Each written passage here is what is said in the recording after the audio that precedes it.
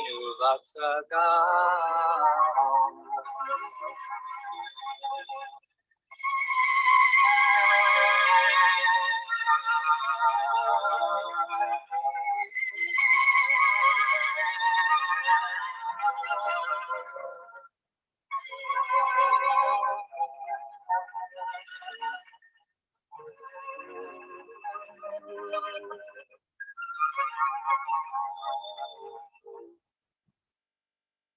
Jaya Vrisha Manu Jaya Kirtida Sundari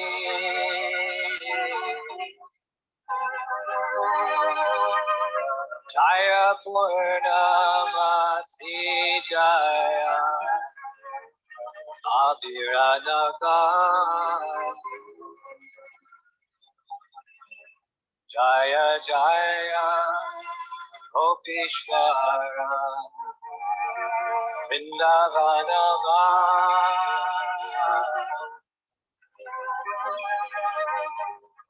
Jaya Jaya Krishna Shaka Madhuvijara Jaya Rama Kata Jaya Rohini Nanda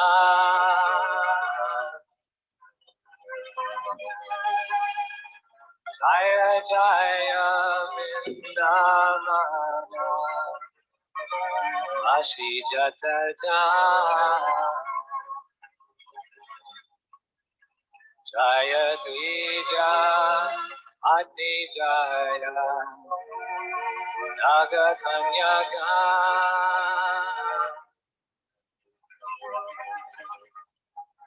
Bhakti Teja Hara Pailo Govinda Charan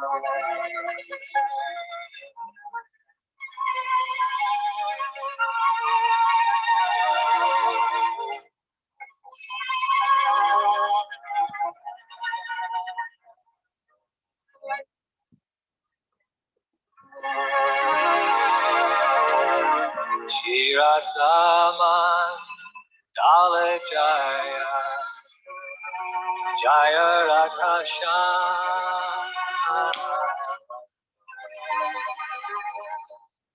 Jaya Jaya Rasalila Sarvamanura Jaya Jaya Jvalarasa Sarvarasa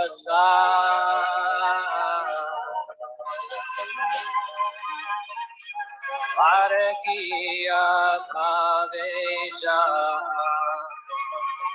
Rajate Katra Shrijanava Adapanya Kori Ashvara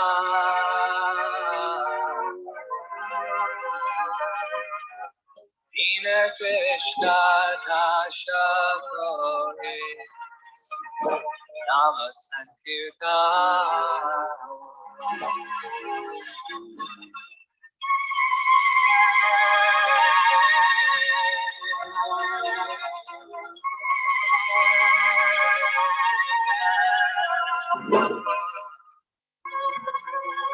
All glories to Radha and Krishna, the divine forest of Vrindavan. All glories to the three presiding deities of Vrindavan, Shri Govinda, Gopinath, and Madan Mohan.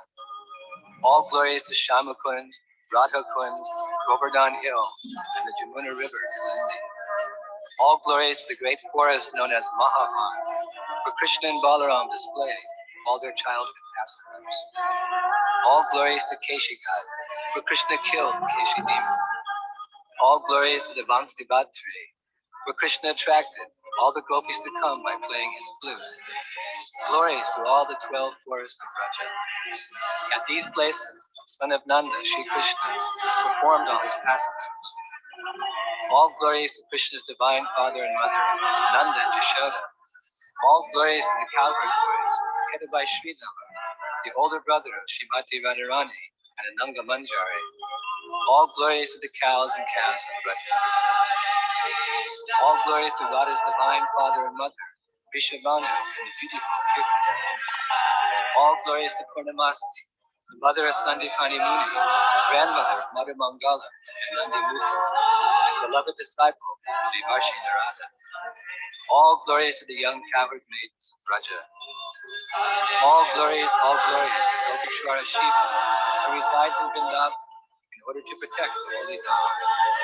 All glories to Krishna's funny Brahmana friend, Madhu Mangala. All glories to Ramagraj, where Lord Balaram performed his rasa dance. All glories to Lord Balaram, the son of Rohini. All glories to all the residents of Vrindavan. All glories to the wives of proud Vedic Brahmanas. All glories to the wives of the Kaliya serpents. Through pure devotion, they all obtained the lotus feet of Lord Govinda. All glories to the place where the rasa dance of Sri Krishna was performed. All glories to Radha and Shyam. All glories to the divine rasa dance, which is the most beautiful of all Lord Krishna's pastimes. All glories to the mellow of conjugal love, which is the most excellent of all rasas, and is propagated in Braja by Sri Krishna in the form of the divine Padakiya Bhava, Padamore love. Remembering the lotus feet of Lord Nityananda's consort, Shri Janava Devi, this very fallen and lowly servant of Krishna sings the Sankirtan of the holy name.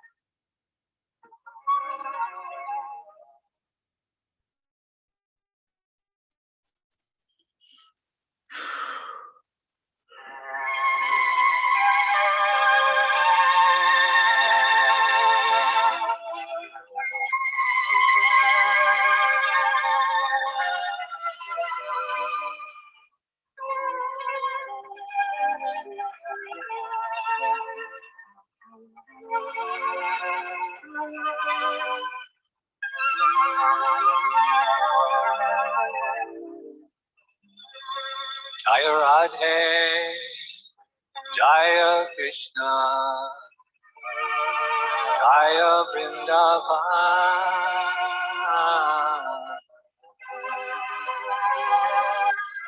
Sri Govinda Gopinatha, Madana Mohan, Shama Kunda, Radha Kunda, Giri Govardhan,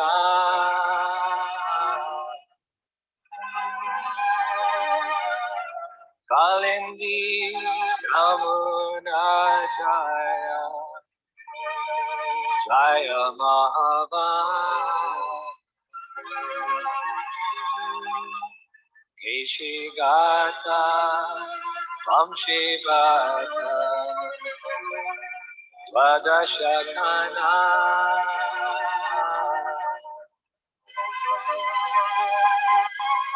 Yahasabalila Koila, Shri Nanda Nanda, Shri Nandaja, Shoda Jaya, Jaya Gopaga,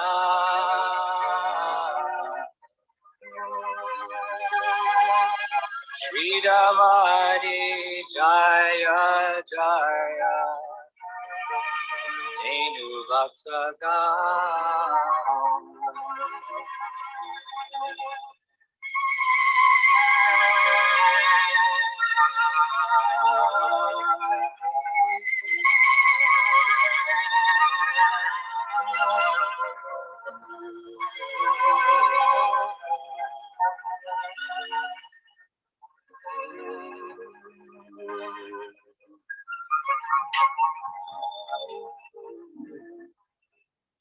Jaya Vrisha Manu Jaya Kirtida Sundari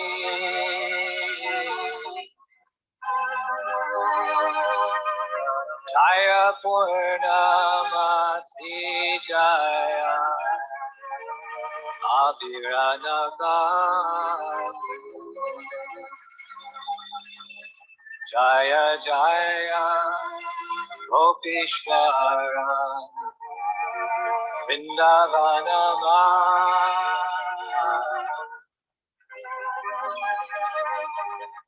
Jaya Jaya Krishna Shaka Madhurija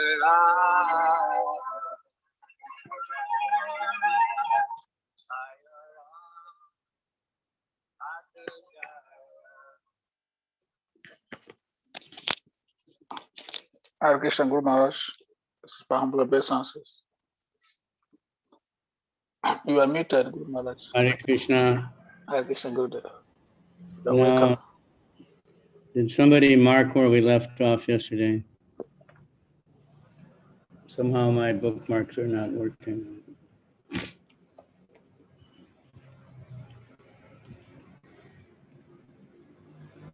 Prasad Vilas.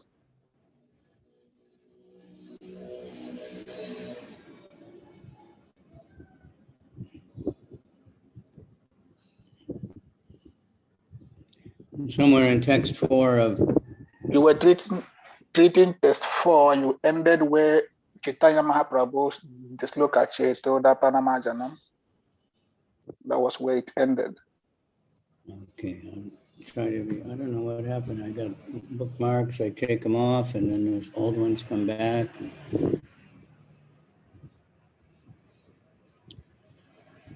So, you have kirtan already, or should we do a little kirtan now? Since... We don't have, I was only playing the music. Yeah, you can sing a little bit, Jai Radha Madhava.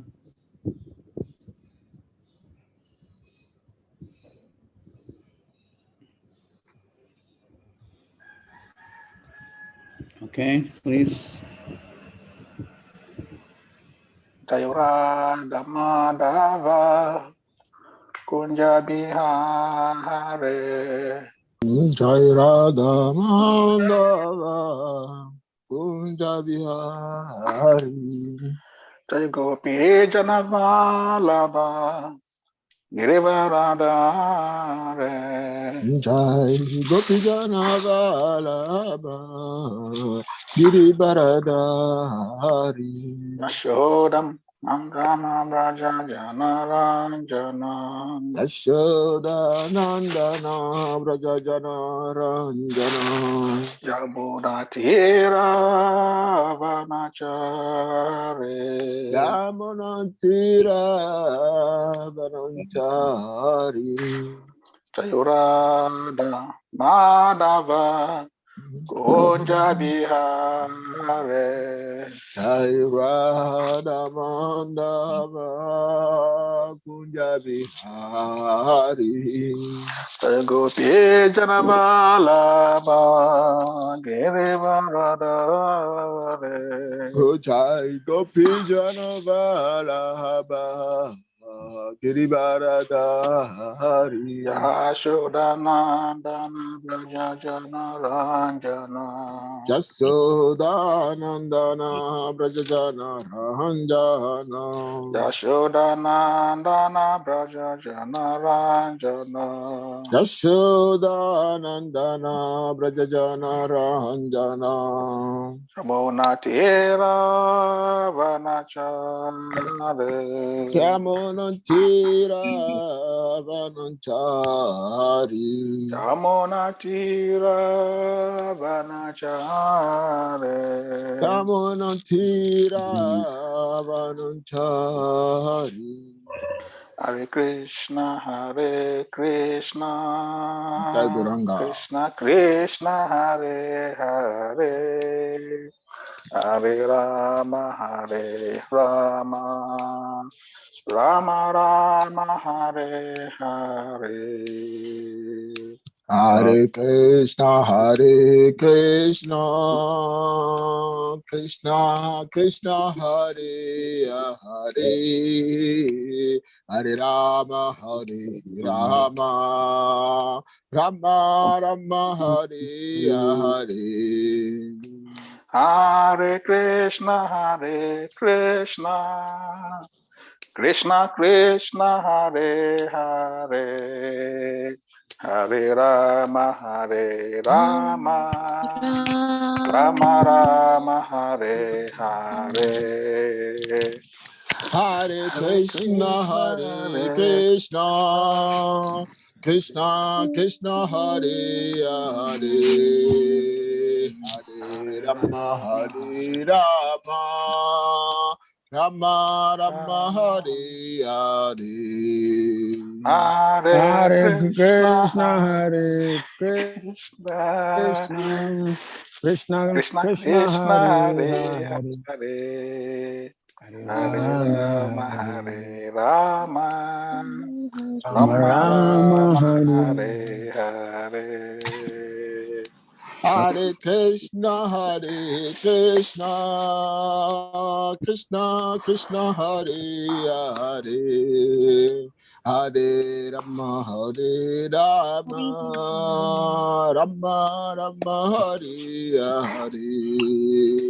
Jaya Hare Krishna.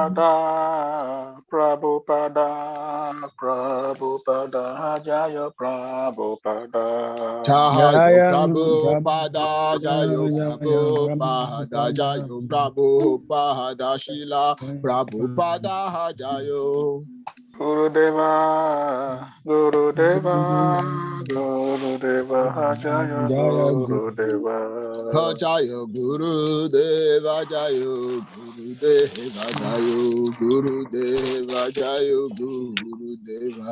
Harinam Jaya Sankirtan, Guru Ke Jai. Jai. Chai. Hi, thank you very much. Thank you also, Maharaj. Welcome, everybody. Thank you. Okay. Very good to see you coming every day for this tapasya. Our tapasya is blissful, not like the tapasya that some people do, torturing the body. We purify the mind and body. Okay, so we're still on the fourth sloka of the Nectar of Instruction, coming towards the end. It's a very important one. We always talk about relationships. This tells us how to have relationships. So who can tell me the 6 exchanges of love that this verse is about? Hare Krishna Maharaj. Yes. The first one, the first symptom of the sixth love exchange is accepting charity. And then the second one is giving charity. Giving gift in charity is the first one. The second one is accepting charitable gift. And then the third one is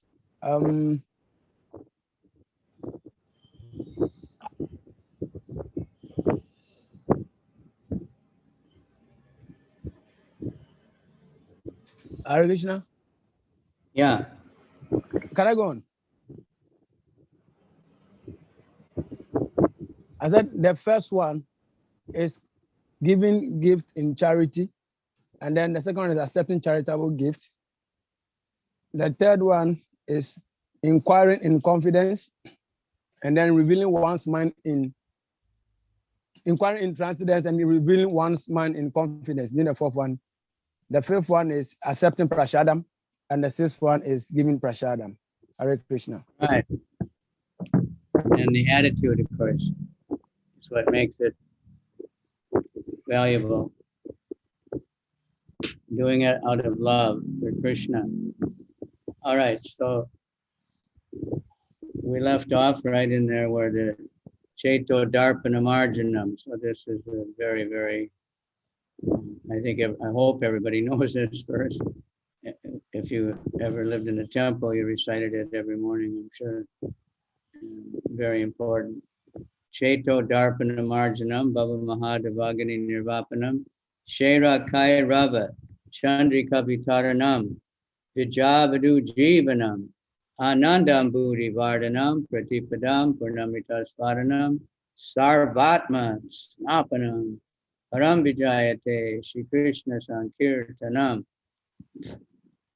Here it's quoted from the Anshalila,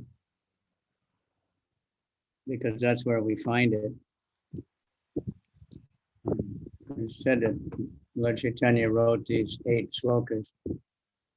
Some say he just said them at different times and they got written down. It wasn't like he just sat down and wrote 8 slokas all at once, but that doesn't matter.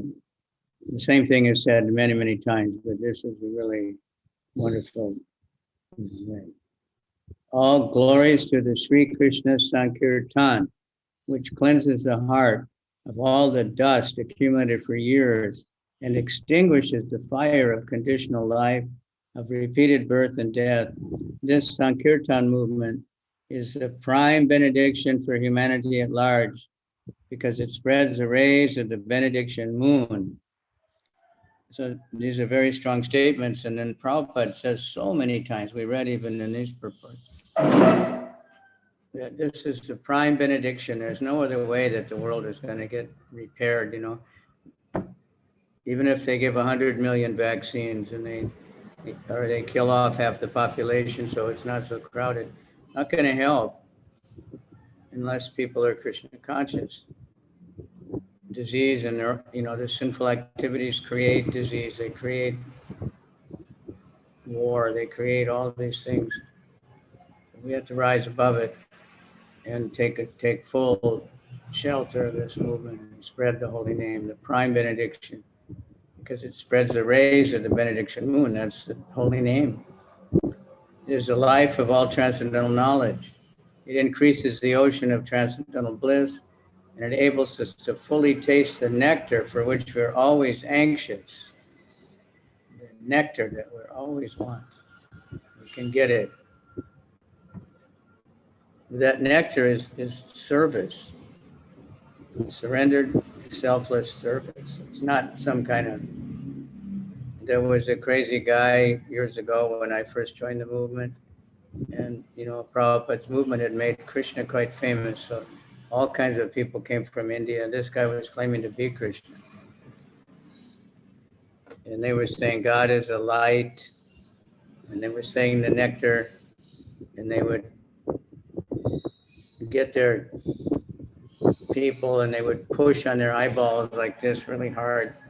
And if you do that, you'll see all kinds of sparks. And they'd say, you see it, you see the light, we've shown you.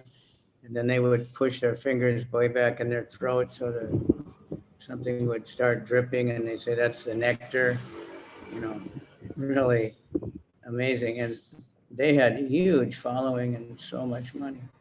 This is Kali Yuga. When you cheaters, Prabhupada said, when you cheat people, they love you, and when you give them the truth, they beat you with sticks. So we may have trouble, you know, people not appreciating and understanding Lord Chaitanya's movement, but eventually they will love it once they really taste it. Not only is the chanter of the Mahamantra purified, but the heart of anyone who happens to hear the transcendental vibration, Hare Krishna, Krishna Krishna, Hare Hare, Hare Rama, Rama Rama, Hare Hare, is also cleansed. Even the souls embodied in lower animals, insects, trees, and other species of life also become purified and prepared to become fully Krishna conscious simply by hearing this transcendental vibration.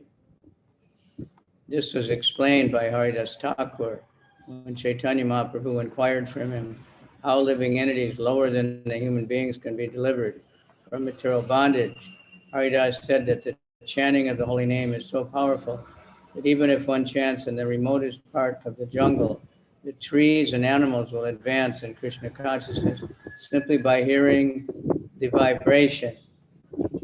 And he gave example, like, I don't know if you've ever been in a big forest.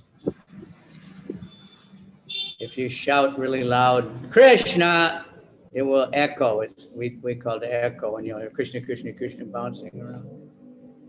Haridas said that's not an echo. The trees are chanting. Lord Chaitanya proved this when he went through the Kavicandra forest. The tigers, snakes, deer, and all the other animals gave up their natural animosity, began chanting and dancing in Sankirtan. Of course, we cannot imitate the activities of Chaitanya Mahaprabhu, but we should follow in his footsteps. We are not powerful enough to enchant the lower animals like tigers and snakes and cats and dogs to get them to dance and chant. But by chanting the holy name of the Lord, we can convert many people throughout the world to Krishna consciousness. In the jungles, there was a movie when I was in high school called The Concrete Jungle, about New York City. It's a jungle full of crazy people, just like a wild animal jungle, dangerous, thieves everywhere, all kinds of cheaters, so many things going on. Contributing or distributing the holy name of the Lord is a sublime example of contributing or giving charity, the best charity, the Dadati principle. By the same program, one must follow the Pratigrinati principle and be willing to receive the transcendental gift. So that's what you said, the first one. Dadati Pratigrinati, giving in charity and receiving. We want to give the holy name, and anybody wants to give us knowledge of the holy name and knowledge of Krishna, and we want to receive it, open up the heart. One should inquire about the Krishna consciousness movement and open his mind in order to understand the situation of this material world. This is the Guyam Akyati principle.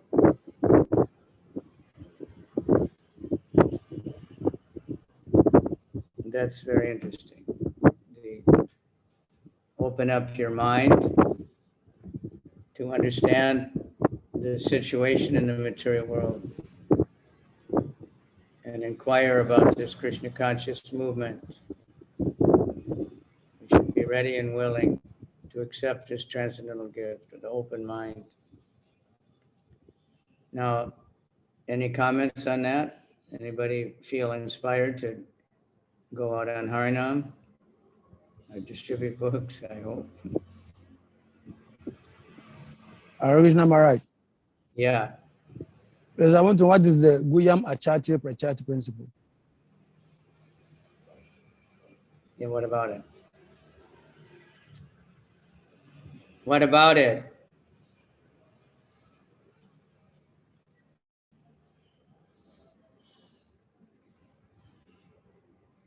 What are you asking? I want to know what it is. The situation of this material waters, the Guyam Achati Prachati. Achati Prachati principle. Yeah. So you want to explain it, or you want to ask about it, or what? That's right. You're not giving me any direction. I'm asking, what do you want to know about it? What do you want to hear? The meaning of the three words, Guyam Achati Prachati, or what does it stand for? The principle, what is this principle? That's just exactly what we just said. Inquiring in confidence and revealing your mind in confidence. And here Prabhupada said, you should have been inquiring about this Krishna conscious movement. You should be inquiring, how can I make advancement in spiritual life? How can I, influence others? What can we do? How can we come together? What should we do to get more people? And we want to tell people how much we like chanting, how much it's changed our life, reveal our mind. We talk about Krishna, tell people, I read this Bhagavad Gita, I started chanting Hare Krishna, I do so much, I become so happy. So that's what it means. Okay? Okay, Maharaj, thank you. It means trusting also, but That's basically it. That's what it says here. I thought that was really nice. Somebody read now the members of the, here it goes. Hare Krishna Maharaj. Yeah, somebody read I this. read. Okay. The members of the International Society for Krishna Consciousness invite the society's members and supporters to dine with them when they hold love festivals in all their branches every Sunday.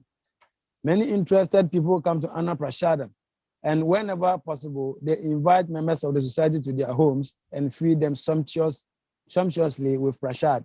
In this way, both the members of the society and the general public are benefited. People should give up the company of so-called yogis, jnanis, karmis, and philanthropists because their association can benefit no one.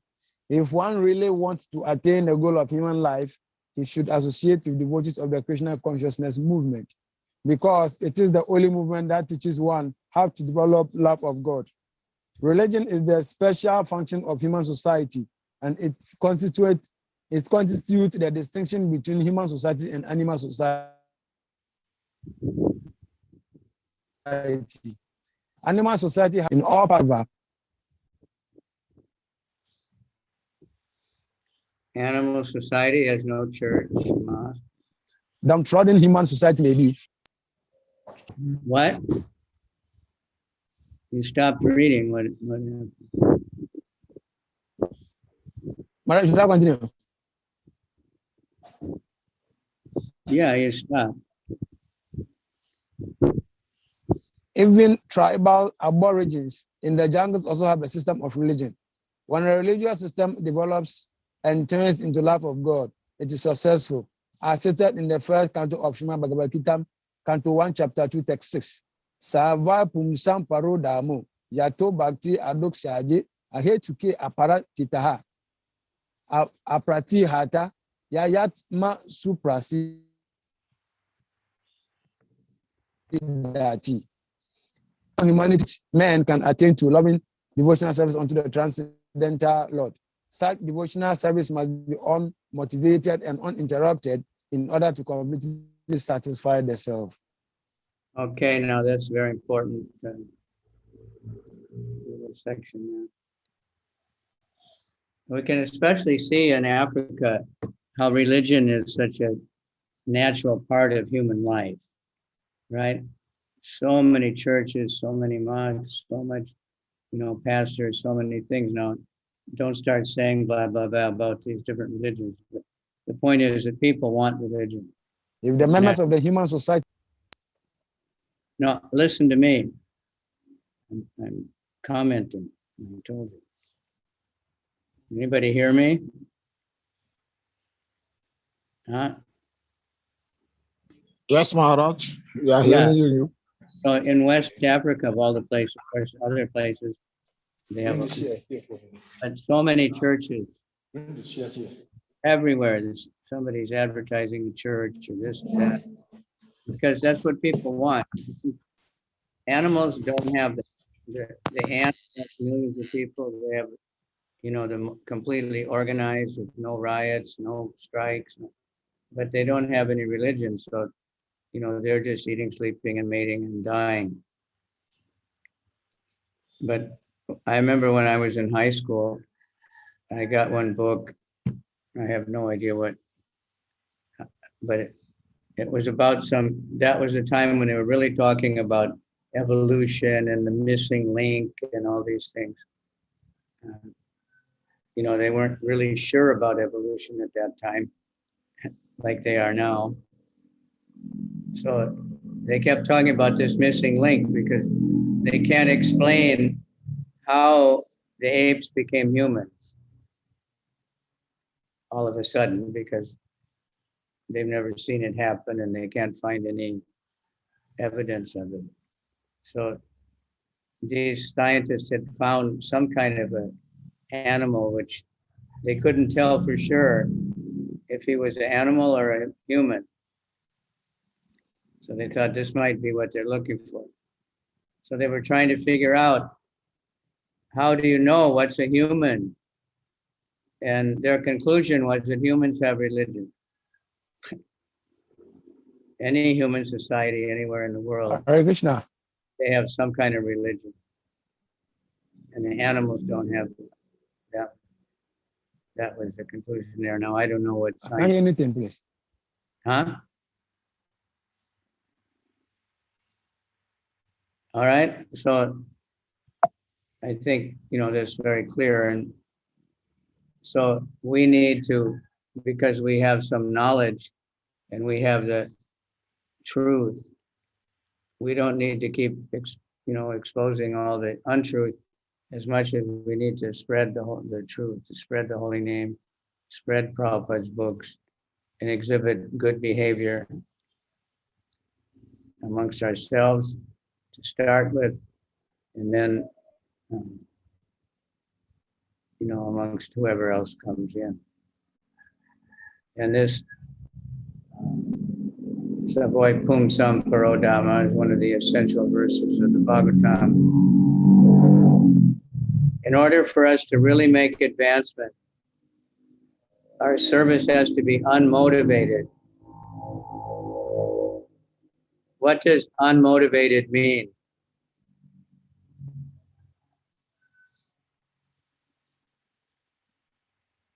Salika? Hare Krishna Maharaj. Unmotivated simply means no hidden agenda outside of fulfillment of desires of Krishna. Right. There has to be motivation, but the motivation is to please Krishna, please Guru. Not motivated to become famous or become rich or get the girl or whatever. Other people get motivated. Now motivational speakers are really a big item all over the world, motivating people to know yourself and become unlimitedly powerful and successful, making people believe that for a few minutes. And uninterrupted. Nityam Bhagavata Sevaya, right? Satatam Kirtayantamam, always, every day at least. We're aiming for 24 hours, but it's acceptable. It's every day, regularly every day. Devotional service counts. Then we can be satisfied. If we're not satisfied, we should look at ourselves and see if we have some motivation that's Krishna won't satisfy our mundane motivations. So some people get frustrated. Prabhupada wrote even in the Bhagavad Gita purport, chapter 9, verse 3. And Prabhupada wrote that practically before he was in America. But after he was in America, a little bit, he said, we have seen people come, but they didn't have the proper motivation and they left. That's why people come and go, and people that stay have to give great credit to them. Krishna's blessing. They're really sincere. Okay, let's see. Mataji, Daya, can read now. If members of human society. Hare Krishna. Please, I cannot hear any sound. Huh?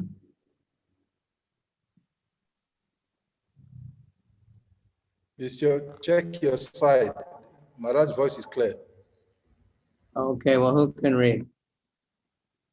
Madhavana Das. Hare Krishna Maharaj. Yeah.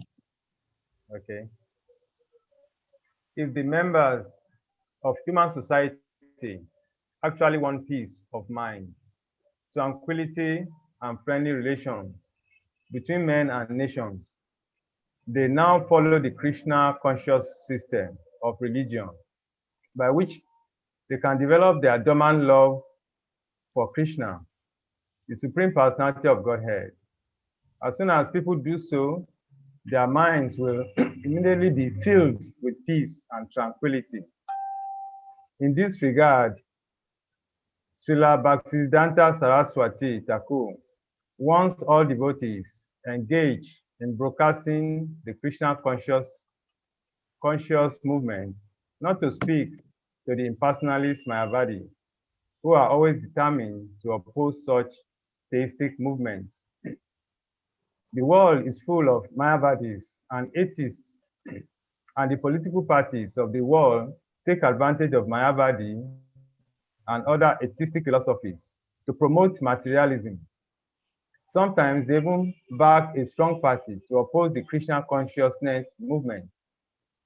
The Mayavadis and other atheists do not want the Krishna consciousness movement to develop because it educates people in God consciousness. Such is the policy of the atheists. There is no benefit in feeding a snake milk and bananas because the snake will never be satisfied. On the contrary, by taking milk and bananas, the snake simply becomes more poisonous. Kevalam Visha Vadanam. If a snake is given milk to drink, its poison simply increases. For a similar reason, we should not disclose our minds to the serpent Mayavadis and Kamis. Such disclosures will never help. It is best to avoid association with them completely and never ask them about anything confidential because they cannot give good advice. Nor should we extend invitations to Mayavadis and atheists, nor accept their invitations. For by such intimate intermingling, we may become affected by their atheistic mentality. Sangas Sanjayate Kama. It is the negative injunctions of this verse that we should refrain from giving anything to or accepting anything from the Mayavadis and atheists. Sri Chaitanya Mahaprabhu has also warned, Disayarira Anna Kaile Dusta Ayamana. By eating food prepared by worldly people, one's mind becomes wicked. Unless one is very advanced, is unable to utilize anyone's contribution to further the Krishna consciousness movement. Therefore, on principle, one should not accept charity from Mayavadis or atheists. Indeed, Sri Chaitanya Mahaprabhu has forbidden devotees to associate even with ordinary men who are too addicted to material sense gratification.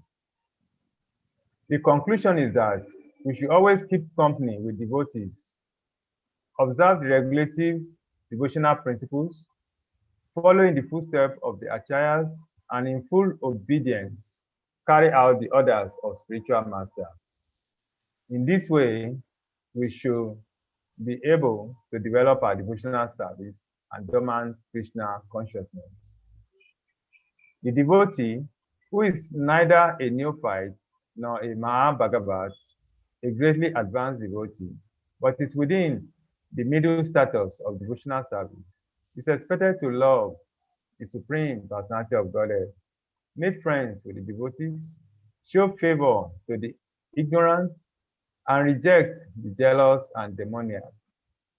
In this verse, there is brief mention of the process of making loving transactions with the Supreme. Hello, my name is Kira Hagland, and I'm a yoga. Hare Krishna. Can I continue, Maharaj? Yeah, you can. Okay. In this verse, there is brief mention of the process of making loving transactions with the Supreme Personality of Godhead and making friends with the devotees.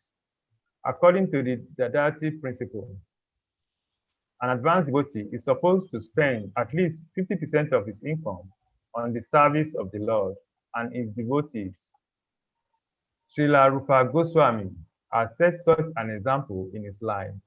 When he decided to retire, he contributed 50% of his life's earnings to Krishna's service and 25% to his relatives, and kept 25% for personal emergencies. This example should be followed by all devotees. Whatever one's income, 50% should be spent on behalf of Krishna and his devotees, and this will fulfill the demand of Dadati. Okay. Okay. So that one, that's something. It doesn't mean necessarily you have to donate 50% to the temple or something, because for many devotees, it takes almost 100% just to pay the rent and the food and the school fees. But if you're using your house for chanting, you're offering all your food to Krishna, you're doing some kind of service, and that you're also using everything for Krishna. But if someone has a lot of money, they should be giving charity to Krishna. Rich people give charity, but not to Krishna. They give to causes that they choose, will make them popular, or you get a refund. And if you utilize all your time for spreading Krishna consciousness, then you're giving more than 100%. Whatever you have, you use it for, you're offering your food to Krishna so your body can serve Krishna, you're teaching your children, you're chanting at home with your family, all those things it's giving to Krishna, using whatever you have. But if you have a lot of extra money, then you should be giving more.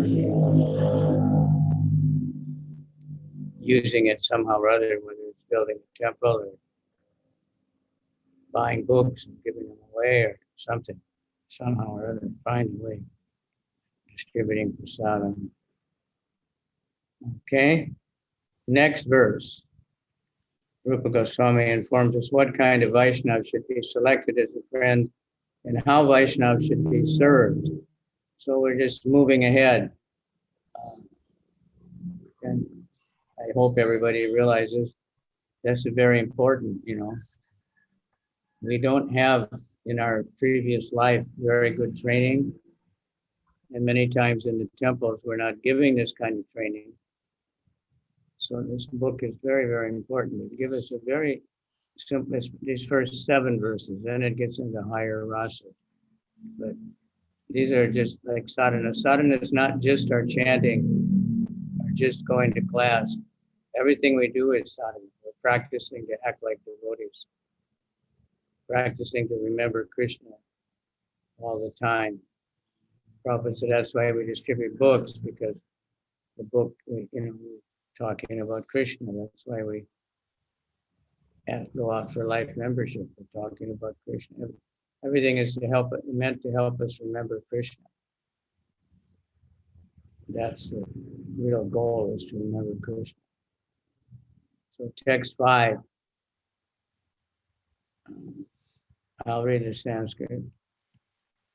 It's very beautiful poetry, these verses. Rupa Goswami, he could write poetry that you could read forward and backwards, and it was all perfect Sanskrit and had meaning both ways. So many different amazing things he could do. But this is just straight on beautiful poetry with a very high spiritual message. Krishneti yasya giritam manasadriyeti Dikshasti chet vanatibis shabhajantamish Sushrushaya bhajane vigyam ananyamanya Nindari shunya ridamipshita sangalabhya. Somebody else like to chant it, please? Salika, can you take charge of calling on people to chant? Because I'm reading from my computer and I have to keep switching back and forth to see who's there.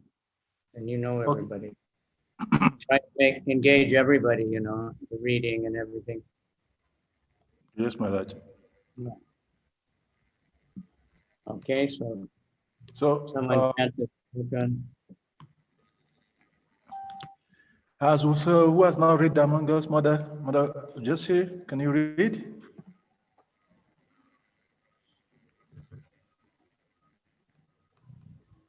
We're not hearing your voice.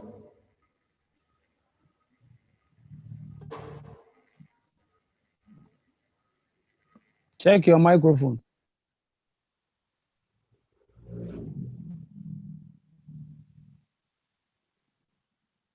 And then see whether it works. Meanwhile, maybe Anantacharya Prabhu, can you chant for now? Anantacharya Prabhu, can you read? Krishna. The translation? Where we stopped, where Madhuvan Prabhu stopped. Okay. Hare Krishna, Maharaj chant, Hare Krishna, Maharaj chant the verse 5. Then he has to chant also the verse 5. Chant the Sanskrit. A few people chant the Sanskrit of this sloka. Okay, Maharaj. Krishnan Yekshal Giritan Manan Sudriyata Adityarsa Praksa Divilsha Brajata Iksam Sustrusaya Bajanan Vidyanan Anayam Ayam Didyani Soyan Adrin Ipsita Sangan Latya. So another person can chant. Krishna te yasya girim tamana sadri yeta Dikshasti church pranati bischa bajantam isham suswasaya bajana vijnam ananyamanya nindadi sunya hridam ipsita sangalabhya.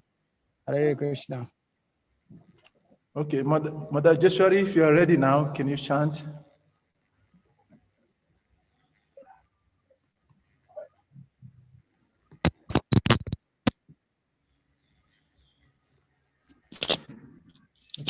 He's still having challenges with the mic. Okay. Okay, maybe I can chant and then while we wait for another person. One more chant and then we'll start with you. Can I chant? Hare Krishna. Yadna Prabhu, you want to chant? Yes, please. Go ahead. Krishne tejasya giritama nasadriyeta Dikshasti chetranati becha bajantamesam Shushrusaya bajana vegna anayamaya Ninda disurya hridam ipsati sangalabhya. Very good. Okay, word for word. Krishna. Krishna. The holy name of Lord Krishna. The holy name of The Lord holy name of Lord Krishna. Iti, thus. Iti. Das. Yasya. Yasya. Of whom? Of whom? Giri. Giri. In the words of speech. In the word of speech. Him. Him. Manasa. Manasa. By the mind. By the mind. Adriyeta. Adriyeta. One must honor. One must honor. Diksha. Initiation. Asti. There is. If.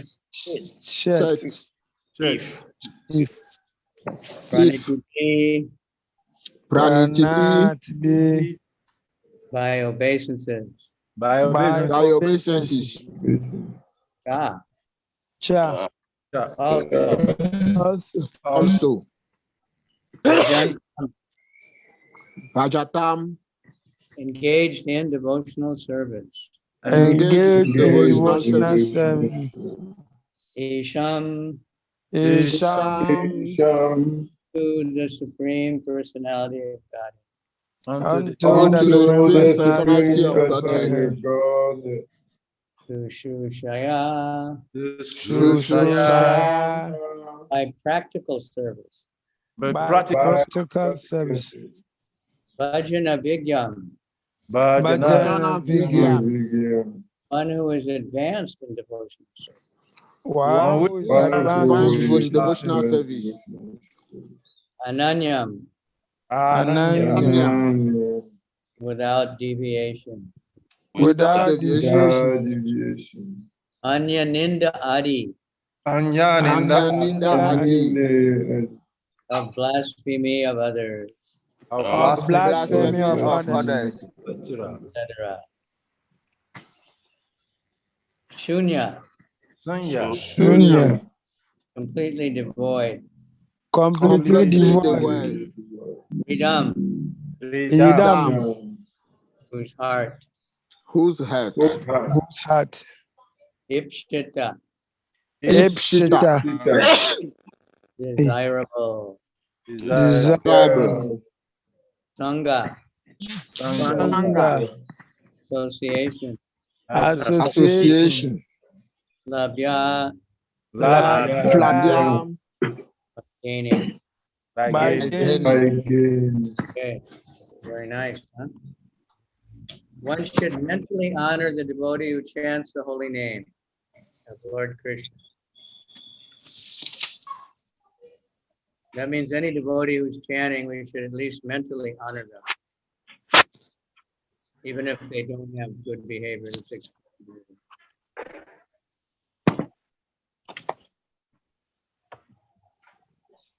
One should offer humble obeisances to the devotee who has undergone spiritual initiation, Diksha.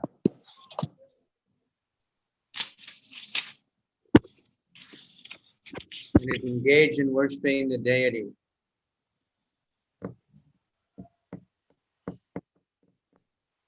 One should associate with and faithfully serve that pure devotee who is advanced in undeviated devotional service, whose heart is completely devoid of the propensity to criticize others.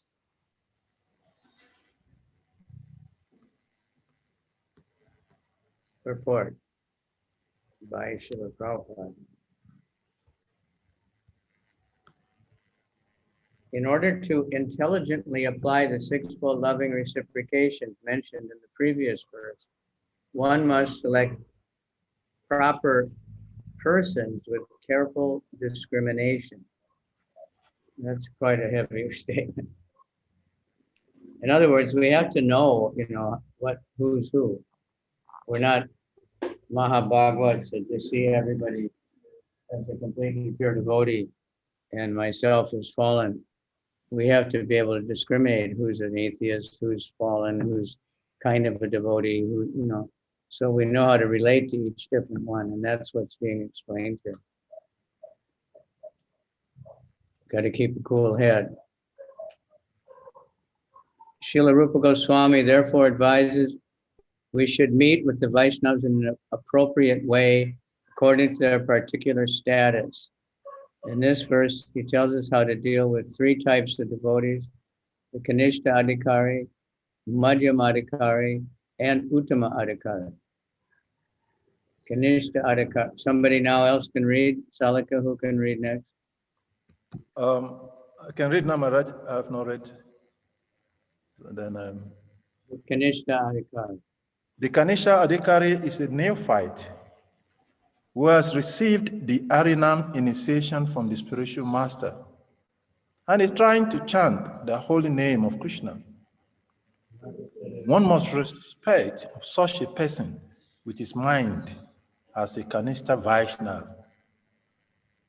A Madhyama Adhikari has received spiritual initiation from the spiritual master and has been fully engaged by him in the transcendental loving service of the Lord. The Madhyama Adhikari should be considered to be situated midway in devotional service. The Uttama Adhikari, or highest devotee, is one who is very advanced in devotional service. An Uttama Adhikari is not interested in blaspheming others. His heart is completely clean, and he has attained the realized state of unalloyed Krishna consciousness. According to Srila Rupa Goswami, the association and service of such Mahabhagavat, or perfect Vaishnava, are most desirable. One should not remain a Kanishta Adhikari, one who is situated on the lowest platform of devotional service and is interested only in worshiping the deity in the temple. Such a devotee is described in the 11th canto of the Srimad Bhagavatam, 11th canto, 2nd chapter, text number 47, where it says, Achayam eva araye, pujam jasradaye ate, natat bhakti shukchan yeshu, sa bhakta prakrita asmrita. A person who is very faithfully engaged in the worship of the deity in the temple but does not know how to behave toward devotees or people in general is called a Prakrita Bhakta or Kanishta Adhikari. One therefore has to raise himself from the position of Kanishta Adhikari to the platform of Madhyama Adhikari. Madhyama Adhikari is described in the Srimad Bhagavatam 11th canto, chapter 2, text number 46, where it's stated in this way. Ishwaritat adneshu balisheshu dusastusha prema maitri kripo pekshaha jakarutisa ma'adyama. The Madhyama Adhikari is a devotee who worships the Supreme Personality of Godhead as the highest object of love. Makes friends with the lost devotee, is merciful to the ignorant, and avoids those who are envious by nature. So I'll stop here. Okay, so any comments on all that? It's a wonderful information. We can understand ourselves maybe a little bit.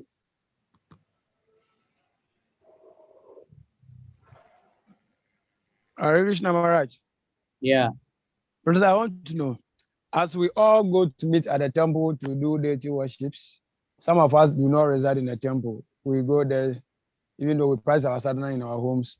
But from what we have just read, when Sir Rupa Goswami has described who's a Kanista and a Midhyama and then who's an Uttama, at what point do we realize that this person is a Kanista, this person is a Midhyama, this person is an Uttama? As we all go to meet, engage in devotional service, we do almost the same thing. Is it when individually the person is practicing a sadhana that we will be able to identify whether this person is a Kanista, a Midhyama, or an Uttama?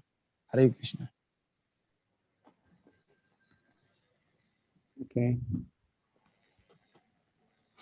Where I'm sitting, it's very noisy, and if you talk really fast, I don't catch all the words because really loud motorcycles go by and stuff. Oh, sorry about that. I think it's only my phone. This question is that, can I rephrase? Yes, please. Yeah, I don't know if anybody else could say, because, you know, when you're talking over the internet, it doesn't come as clear, you know, so you have to kind of slow down and pronounce. Like Jayapataka Maharaj told me, my therapist told me that I have to carefully enunciate every syllable. You know? Okay, Maharaj. Thank you. Right? Yeah. Prabhu Salika, please repeat for me. Salika speaks. The question is, when we go to the temple, we see so many devotees and we see everyone. But how do we discriminate? How do we understand which devotee is Madhyama, which devotee is Kanishta, which devotee is Uttama Bhakta?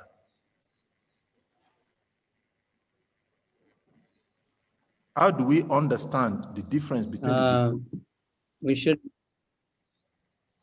well, that's why we're getting all this information of the symptoms. Okay. Generally, devotees who come to the temple would be Madhyam.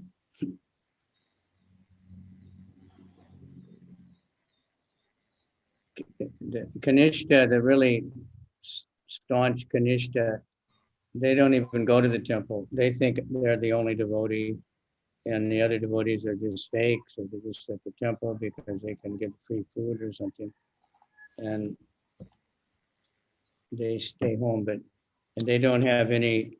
So, but if somebody has a propensity to work with devotees, if they have a preaching spirit, especially Madhyam wants to preach. He wants to tell other people about Krishna. He sees Krishna in everyone's heart.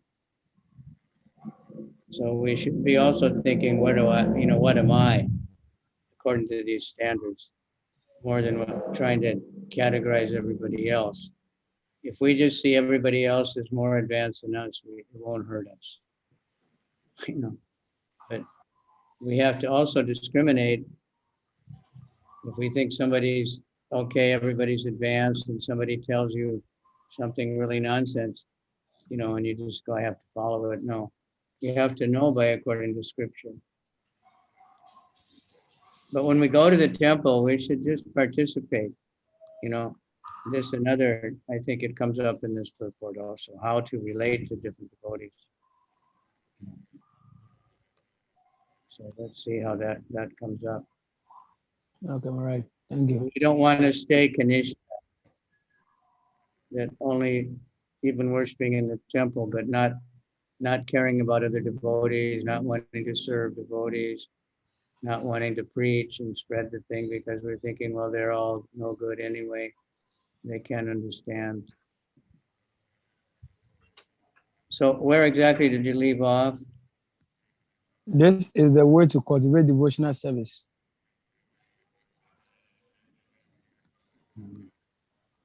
Again, slowly. This is the way to cultivate devotional service properly. Therefore, in this verse, Srila Rupa Goswami has advised us how to treat various devotees. Can I read Maharaj? Okay, Go ahead. Okay, so let me start it over. This is the way to cultivate devotional service properly. Therefore, in this verse, Srila Rupa Goswami has advised us how to treat various devotees.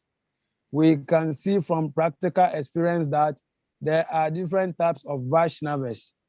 The Prakrita Sahajiyas generally chant the Hare Krishna Maha Mantra. Yet they are attached to women, money, and intoxication. Although such persons may chant the holy name of the Lord, they are not yet properly purified. Such people should be respected within one's mind, but the association should be avoided. Those who are innocent but simply carried away by bad association should be shown favor if they are eager to receive proper instructions from pure devotees. But those neophyte devotees who are actually initiated by the bona fide spiritual master and are seriously engaged in carrying out the orders of the spiritual master should be offered respectful obeisances. Okay. So, we can't go wrong by offering obeisances to any devotee.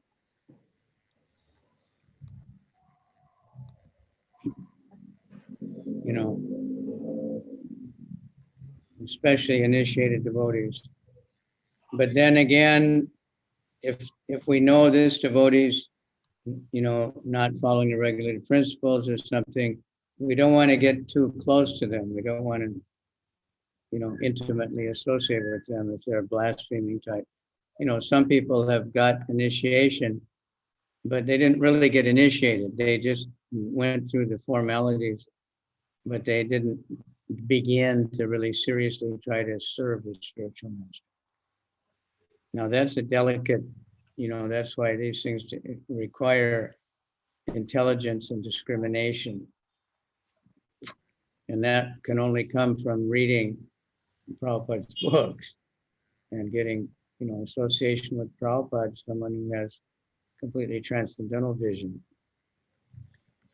We can't base it on our own, previous experience or judge someone according to what tribe they come from, or, what kind of money they have, or all these things. We want to know these things. So next line. Okay. Let me call on somebody. Can another mother read? Krishna Chakti Mataji, Moderati, who among you is available to read? Krishna Chakti, Moderati. Okay, Jeshwari Mataji, can you I read? heard somebody just spoke. Hare Krishna Maharaj. Okay. Yeah, who is that? Yeah. Who is that? It's Rati. Rati? Yes, Maharaj. Okay. Rati, you're the Maharaj. wife of, you're the mother of Giridhari Puja, is that right? Yes, Maharaj. Very fortunate. I'm reading. In this, okay, read. In this Krishna consciousness movement, a chance is given to everyone without discrimination of creed, or color. Everyone is invited to join this movement.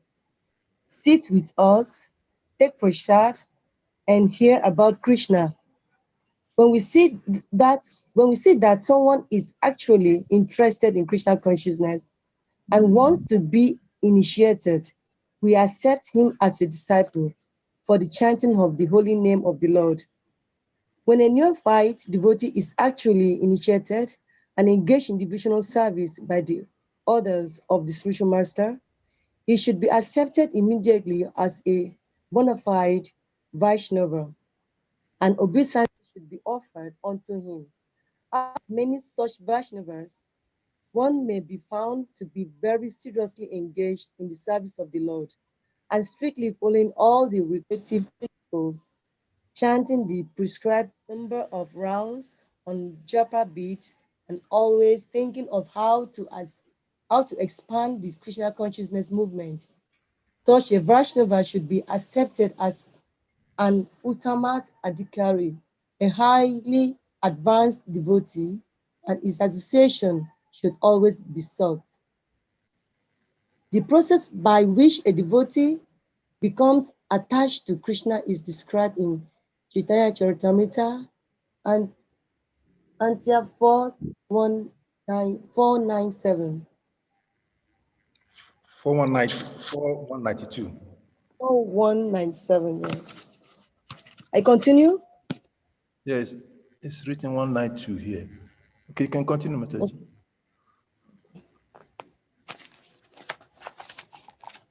To read this verse. Diksha Kala Bhakta Kare Atma Sama Pranam Sai Kale Krishna Tare Atma Sama. At the time of initiation, when a devotee fully surrenders to the service of the Lord, Krishna accepts him to be as good as he himself. Diksha, or spiritual initiation, is explained in the Bhakti Sadaba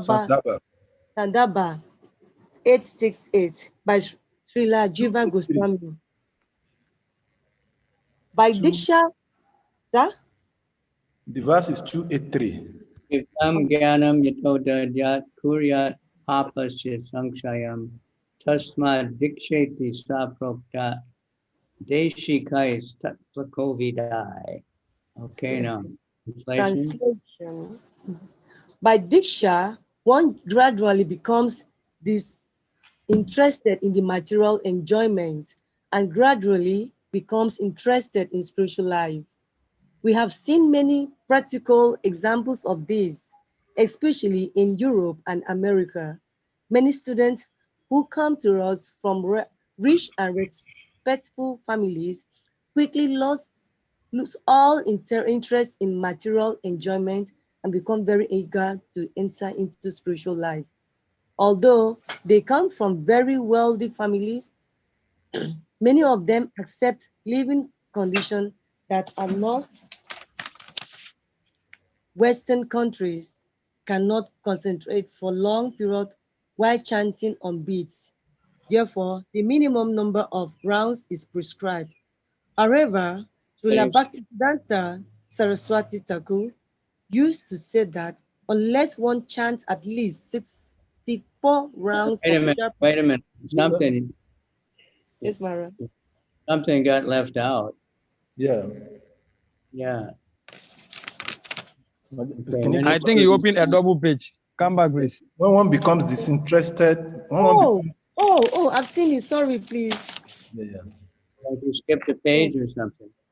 Many students who come from rich and respectable families quickly lose. Although they come from wealthy families, they accept living conditions that are not very comfortable.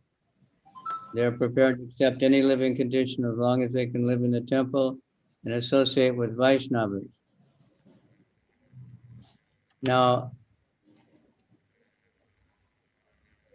if you understood, like one devotee, he was telling, he's an Indian, and he was in a very rich family, and he grew up with all privacy and servants and his own everything, you know.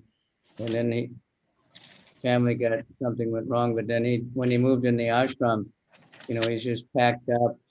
Even in Chopati, they sleep like I said one time that the ashram in Lagos, everybody had a big foam, you know, like a 2-foot high foam to sleep on.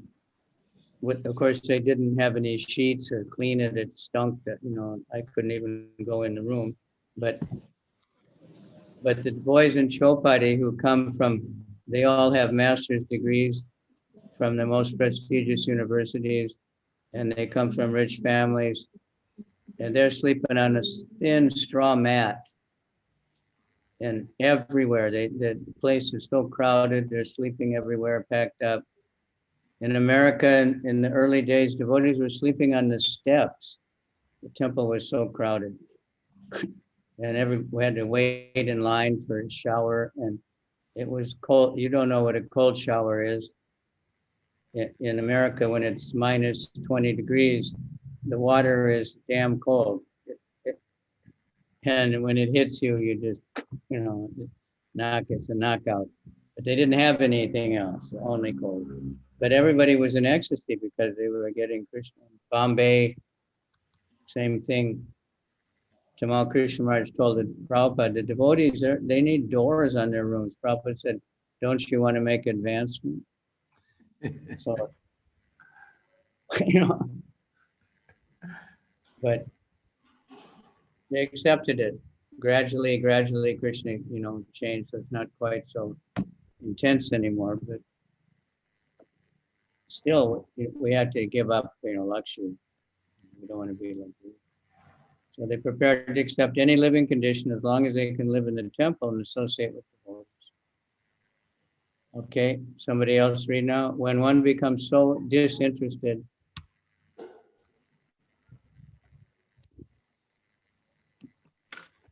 is the mother still there? Mother Jeshwari, can you read now? Jeshwari Matuji.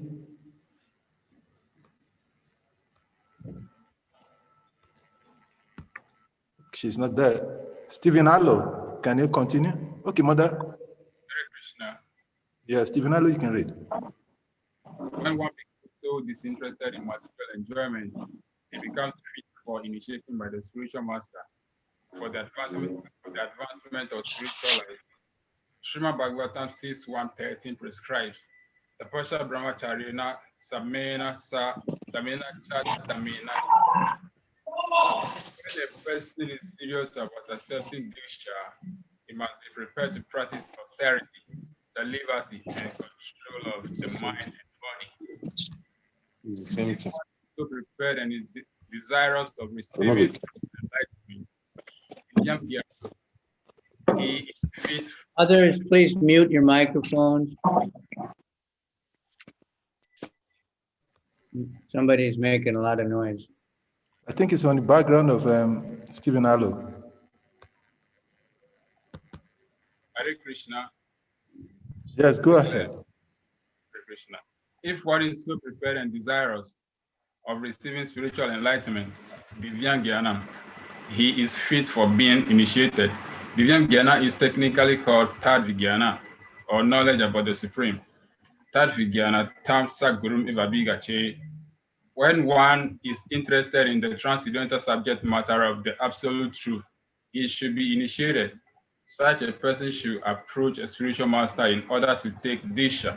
Srimad Bhagavatam 11.3.21 also prescribed Tashma Gurun Prapadyeta Gigyashu Shreya Uttamam. When one is actually interested in the transcendental science of the absolute truth, he should approach a spiritual master. One should not accept a spiritual master without following his instructions, nor should one accept spiritual master just to make a fashionable show of spiritual life. One must be Gigyasu, very much inquisitive to learn from the bona fide spiritual master. The inquiries one makes should strictly pertain to transcendental science. Gigyasu Shreya Uttaman. The word Uttaman refers to that which is above material knowledge. Tama means the darkness of this material world, and Ut means transcendental. Generally, people are very interested in inquiring about mundane subject matters, but when one has lost such interest and is simply interested in transcendental subject matters, he is quite fit for being initiated. When one is actually initiated by the bona fide spiritual master, and when he seriously engages in the service of the Lord, he should be accepted as Madhyama Adhikari. Hare Krishna. Hare Krishna. Should I continue? Okay. Now, just a little comment. Prabhupada stressed, we don't want to be Kanishta. We may naturally be when we first come, but we want to rise to the Madhyam platform. The Madhyam, there's many levels of Madhyam also. It's not like they're all exactly the same, you know. But there's basic symptoms that the Madhyam all share. But there's Kanishta Madhyam, and there's, you know,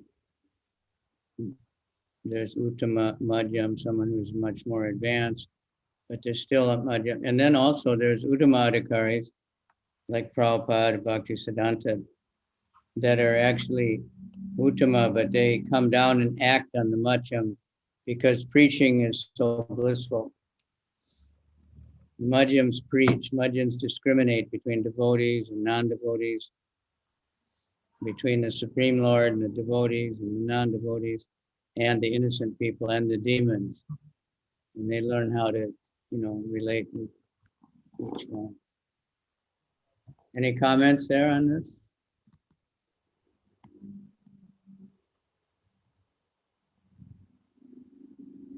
This is very, very wonderful, you know, stuff. So practically no need to comment because, but you should be thinking deep. Hare Krishna Maharaj.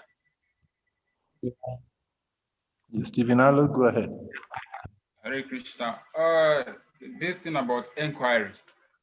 Sometimes a neophyte devotee may approach, let's say, a senior devotee to find out about something. But the senior devotee is not able to explain much in that regard, and even maybe he brings in talks about things that are not so much about devotional service. What should be the position of that neophyte devotee in that regard? Well, a humble devotee, if he's really senior, would be humble. Nobody knows everything, but he would say, well, I can refer you to someone who does know, or we can look in the book and find it, you know. Can you give a specific example?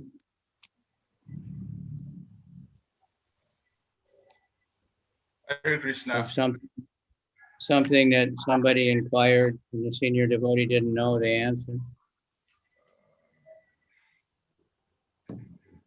Yes, I was once with a senior devotee to find out about something, and he brought in an example which is about another senior devotee, and that devotee told me that particular person, they are like this, they are like that. It's something that I cannot say directly here. Somehow condemning other senior devotees in front of a neophyte devotee, which is not so good to me. Hare Krishna. Well, that means they're not senior. According to this definition, they're not very senior.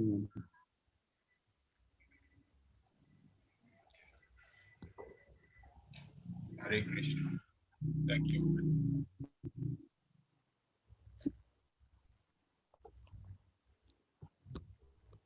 You see, that's another thing I'm facing. Well, everywhere we face this. Senior is not exactly only by years, by time.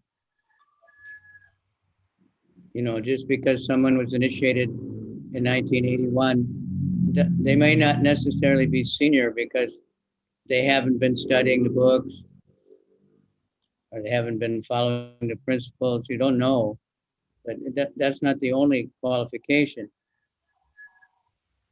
Prahlad Maharaj was only 6 years old, and he preached, and all the demigods listened humbly to what Prahlad Maharaj preached and were totally fascinated by how he talked to Nrsingadev. Sukadev Goswami was 16 years old, and had only been out of the womb for a short time. And all the demigods and sages of the entire universe were present, including his father and the spiritual master of his father, Narada Muni. And they all sat down and listened to him. So, because they could recognize seniors by knowledge and humility and all these things.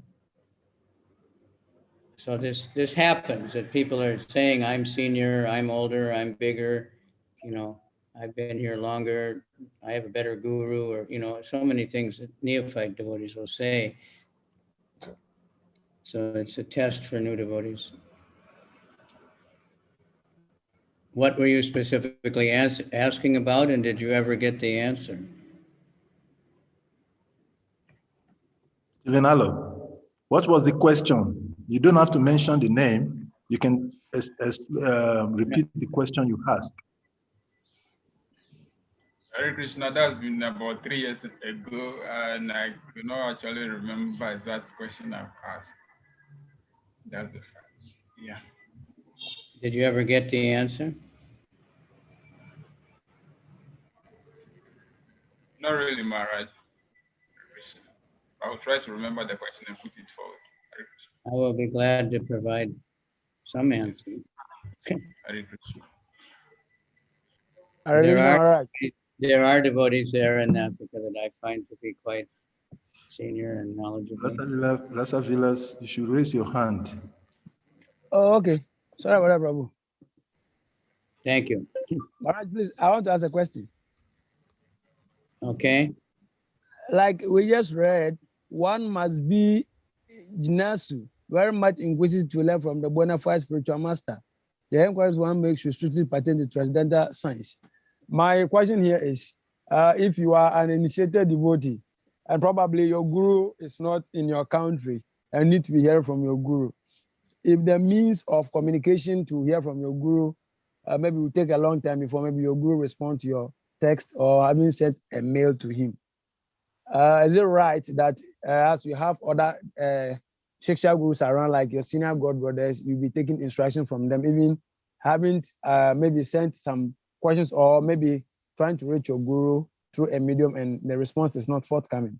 Is it right that we take maybe instruction from our senior god brothers who are probably from the same guru or a different guru, if your guru is not in your country and there's difficulties in reaching him by communication? That is right. If one a little bit, the more one becomes advanced, he has many gurus. It's explained right in the beginning of Chaitanya Charitamrita, Shiksha and Diksha.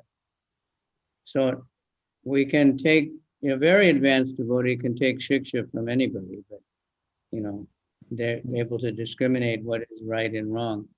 But yeah, we have to be able to, Prabhupada was not available to almost any of his disciples. And even when he was available, it was for a very short time. And of course, we had his books, but he kept saying, you don't have to ask me. You can ask your godbrothers. I have appointed this one for that, and this, GPC. So of course, you want to be able to learn from others. You can't expect the Diksha Guru to be right there with you all the time. You may have many disciples, like Prabhupada did. But most gurus have some kind of newsletters or online classes. And, you have your other godbrothers, or they're not only, we don't want to be guru groupies either. Only my godbrothers, I can't learn from anybody else. The guru, that's also another Maya that comes in. All right, makes sense? Okay, Maharaj. Thank you, Maharaj. Yeah. Now, where did we leave off? One should not accept a spiritual master without following. Is that right? No, the chanting of the holy name of Krishna is so sublime. Huh? Somebody came in, I had to talk to him, and I missed the last. I think we ended at the chanting of the holy name of Krishna. So now we continue with the chanting of the holy name of Krishna. The holy name of Krishna is so sublime that if one chants the Hare Krishna.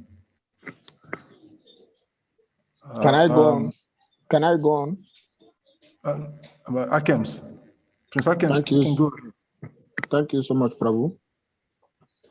The chanting of the holy name of Krishna is so sublime that if one chants the Hare Krishna Maha Mantra offensively, carefully, avoiding the 10 offenses, he can certainly be gradually elevated to the point of understanding that there is no difference between the holy name of the Lord and the Lord himself.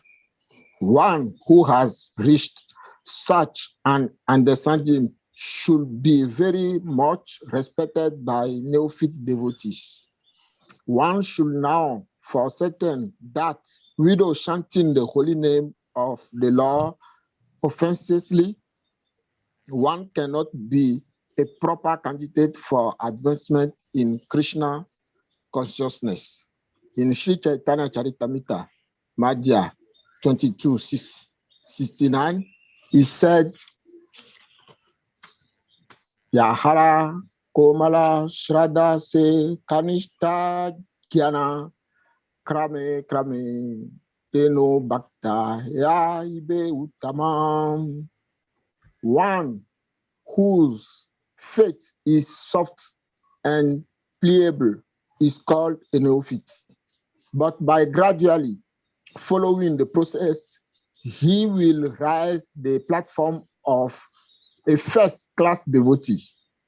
Everyone begins his devotional life from the neophyte stage, but if one properly finished chanting the prescribed number of rounds of Harinama, he is elevated step by step to the highest platform, Uttama Adhikari.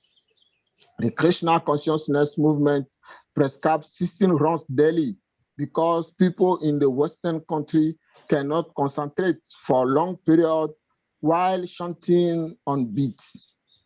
Therefore, the minimum number of rounds is prescribed. However, Srila Bhaktisiddhanta Saraswati Thakura used to say that unless one chants at least 64 rounds of japa, 100,000 names, he is considered fallen patita. According now, to his... Stop there for a minute. Stop. Okay. Now, Bhaktisiddhanta also told some disciples chant at least 4 rounds every day. Don't let your feet starve. Because when he said this, it was for the sannyasis and brahmacharis in the temple. And many of them were just living in the temple and not doing anything and not chanting. He wasn't very happy with many of them, so he said that very strong. But Prabhupada, the servant said with Prabhupada, said he chanted 16 rounds. Prabhupada told Kirti that even when he was a householder, he was chanting 16 rounds. So, but, and as far as I know, Prabhupada never really pushed very hard. Some devotees now they're trying to, criticize other devotees. So they're saying that Prabhupada really tried to get everybody to chant 64 rounds. I have to inquire again, but all I heard was, in the very, very early days, he told Mukunda Maharaj right after they got initiated. And before initiation, there was nothing. They didn't know about the 4 regular principles even, the first initiation.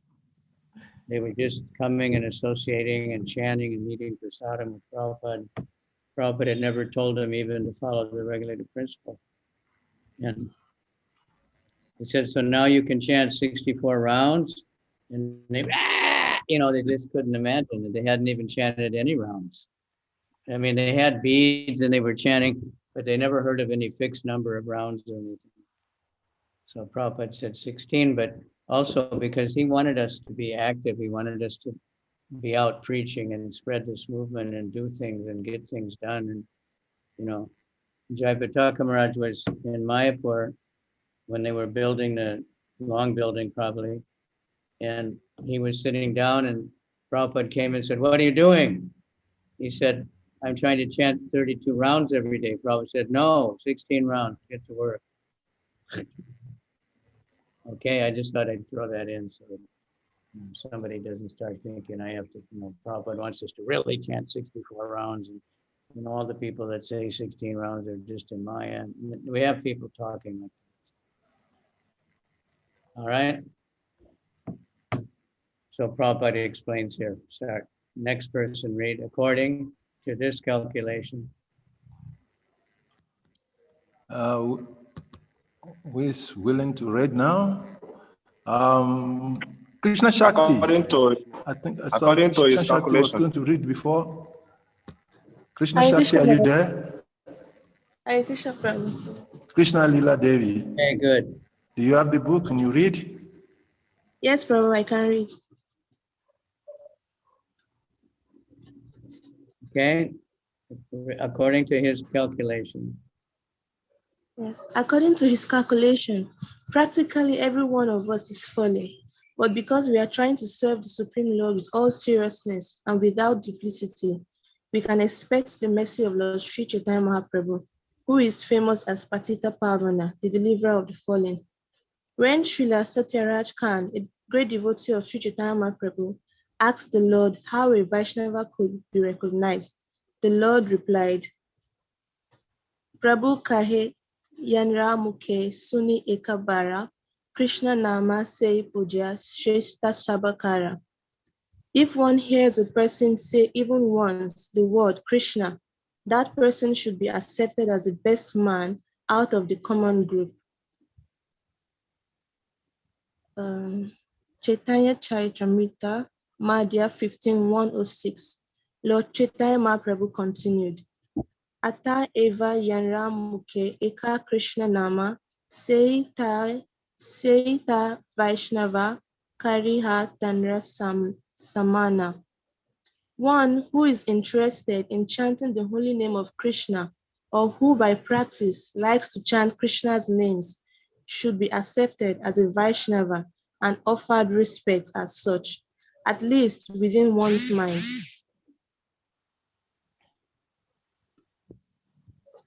Okay.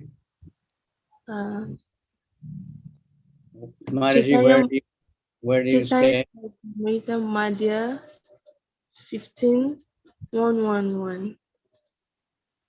Yeah. One of our friends, a famous English musician, has become attracted to chanting the holy names of Krishna, and even in his records, he has several times mentioned the holy name of Krishna. At his home, he offers respect to pictures of Krishna and also to the preachers of Krishna consciousness. In all regards, he has a very high estimation for Krishna's names and Krishna's activities.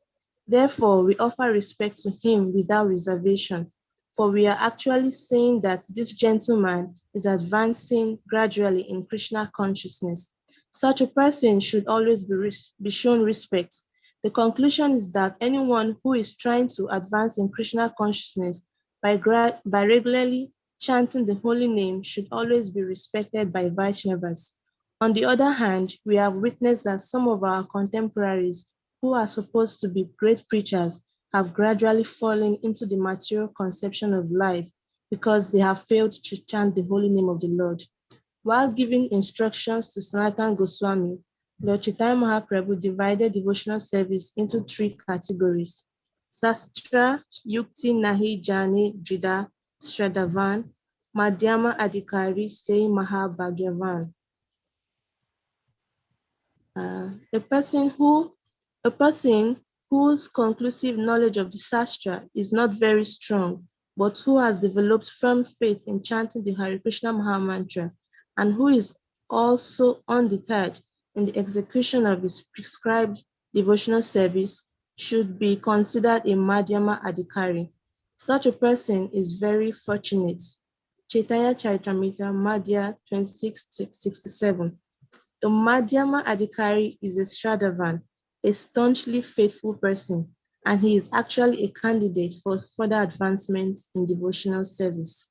Therefore, in the Chaitanya Charitamrita, Madhya 22-64, it is said, Shraddhavan Jana Haya Bhakti Adhikari, Uttama Madhyama Kanishta Shraddha Anusari.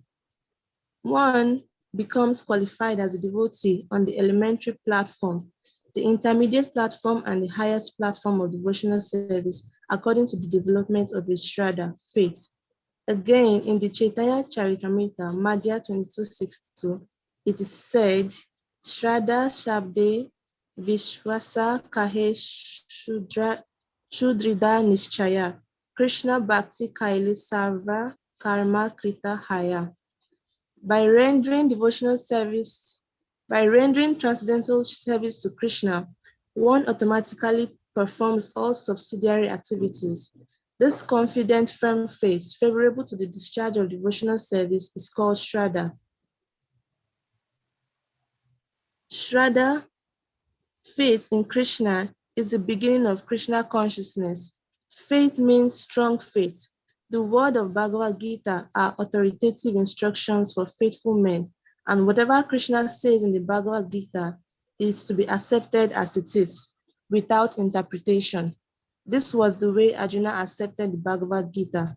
After hearing Bhagavad Gita, Arjuna told Krishna, Sarvam etad ritam manye yan mam vadasi Keshava. O Krishna, I totally accept as truth all that you have told me. Bhagavad Gita, chapter 10, text 14. Okay, Hare very Krishna. good. Where do you stay, Mataji?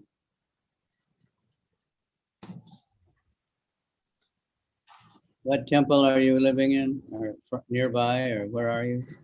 I'm in Ogun State, Nigeria. Yeah, what Hare Krishna city? Maharaj. What city is there? I don't know the map of Nigeria. Okay, Maharaj, she's in Prabhu Ganga's Prasad temple in Sangwata. Oh, that's okay. I know where that She's is. actually Ganga Prasad Prabhu's daughter. Yes, Maharaj. I don't think he calls it, when he talks about it, he doesn't say Ogun, he says the town. Okay, good. That's very nice. So you're with Rati. Nice. So faith. Yes, Maharaj. Everybody will notice when you're reading Bhagavad Gita, if you're reading Bhagavatam, how many times it says with faith, if you do this with faith, if you read this with faith, if you chant with faith. you will get all these results. But faith is a super important thing. You know, faith means trust. It's kind of a similar word. You have to have faith that this, what we're doing.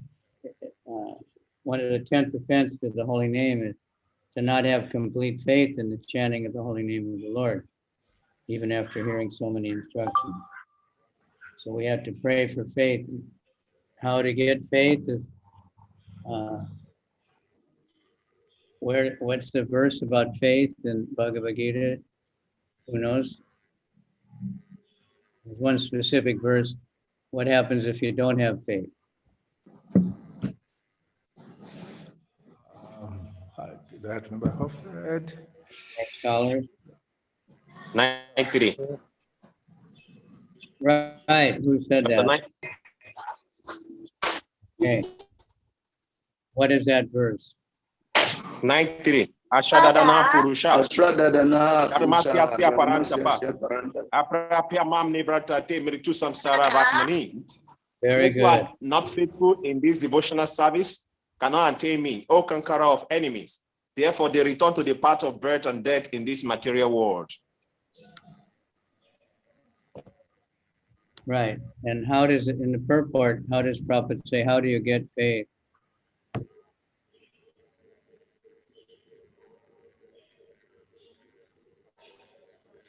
Sadhu Sangha, by association of devotees. Exactly. Faith is produced by the association of devotees. But association of devotees means chanting together, reading together like this, serving together, cleaning the temple together, washing, going on Sankirtan together. That's sadhu sangha. And then we develop faith. So look for devotees that have faith, associate with them, and you'll get more faith. Prabhupada has unlimited faith, so read his books more. Okay, that was very good reading, Mandaji. Very easy to follow. We didn't mix it up with any Yoruba or Igbo or whatever other languages that I don't know. All right. Who can read next, Ali? Krishna Lila Devi, do you have the book? Krishna Lila Devi. You've not read anything. Hare Krishna. Hare Krishna. So you start from? This is the correct way to understand.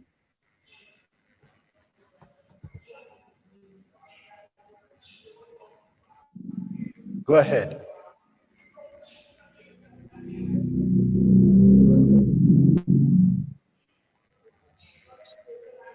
This is the correct way of understanding Bhagavad Gita.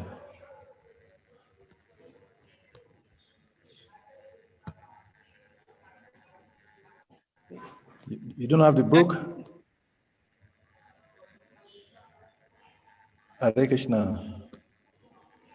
Okay, find someone, everyone should have the book. But you can get it online if you don't have the book. Okay, the book is on screen now. Can you read it from the screen?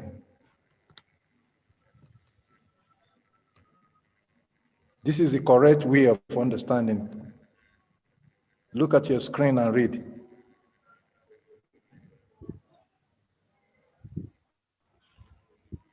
Hare Krishna. Go ahead. This is the correct way of understanding Bhagavad Gita, and this is called Sarada. It is not that one accepts a portion of the Bhagavad Gita according to his own whimsical interpretations and then rejects another portion. This is not Sarada. Sarada means accepting the instructions of Bhagavad Gita in their totality, especially the last instructions. Sarva Dharma Parityanam, Mam Ekam Saram Vada. Abandon all varieties of religion and don't surrender unto me. Bhagavad Gita 18:66. When one becomes completely faithful in regards to these instructions, one strong faith becomes the basis for advancing in spiritual life. When one fully engages in chanting Hare Krishna mantra, he gradually realizes his own spiritual identity.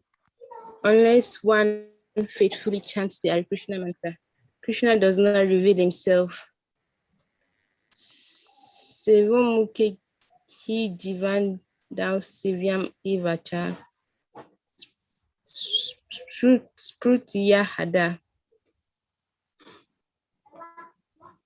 Sevom mukhe hi jivan dao sivyam eva sprutiya hada.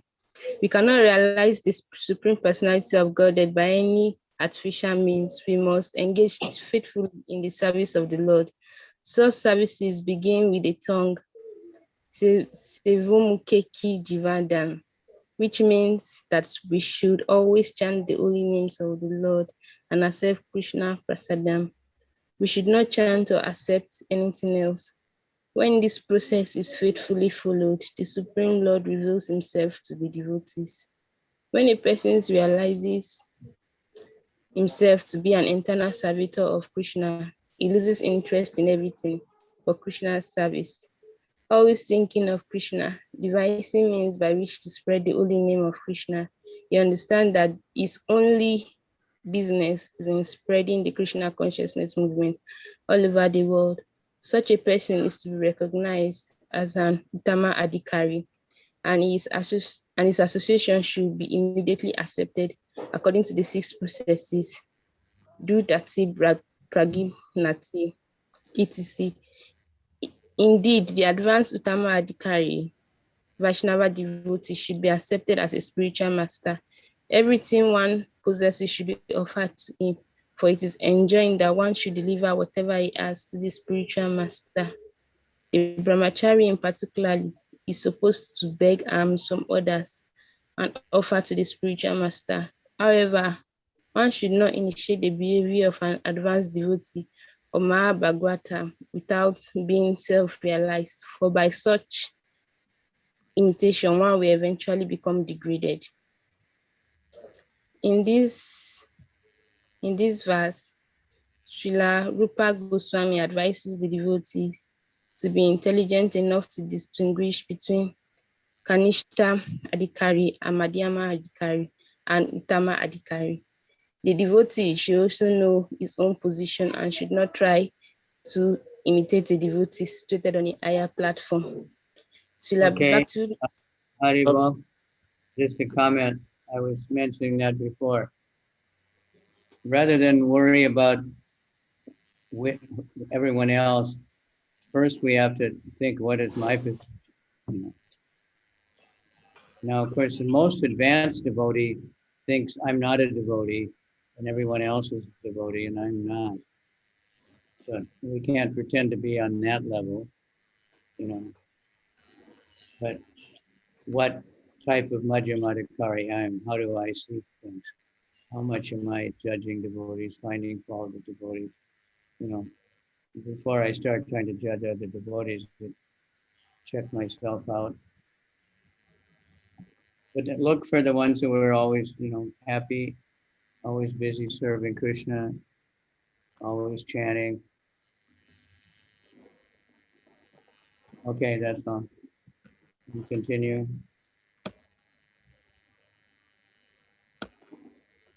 Srila Bhakti Vinod Thakur. Hare Krishna Maharaj, can I read? Okay, I'm putting it back on screen for her. Okay. Go ahead. Or if somebody else didn't read yet. Okay. Rasa Vilas. Okay. Who wants to read? Okay. Bhakti Vinod Thakur has given some practical hints to the effect that an Uttama Adhikari Vaishnava can be recognized by his ability to convert many fallen souls to Vaishnavism. One should not become a spiritual master unless he has attained the platform of Uttama Adhikari. A neophyte Vaishnava or a Vaishnava situated on the intermediate platform can also accept disciples, but such disciple must be on the platform, on the same platform. and it should be understood that they cannot advance very well towards the ultimate goal of life under his insufficient guidance. Therefore, a disciple should be careful to accept an Uttama Adhikari as a spiritual master. Okay. All right. Now, so we finished one whole purport today, and a lot is there.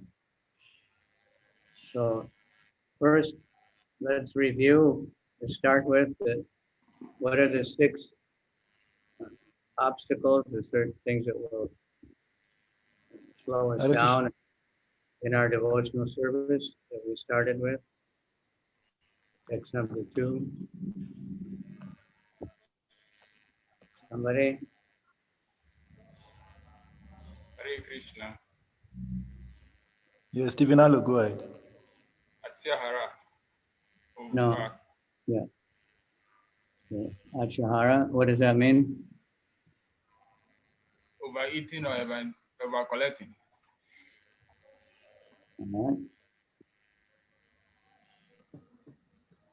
Hare Krishna. Rasalila, hold on. There are other hands up. You should raise your hand when you want to speak. Kavicandra, can you go ahead? Last question. So maybe they can continue. I wanted to ask Guru Maharaj a question about the 3 types of devotees. Maybe later after this. Yeah, first let's just go over these 2 verses. 6 things that are detrimental and 6 things that are good. Because that's like the basis of this book. Okay.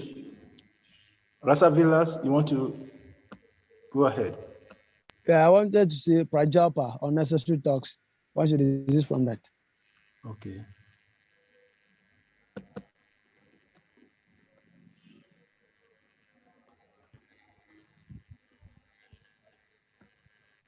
Yes, anyone else?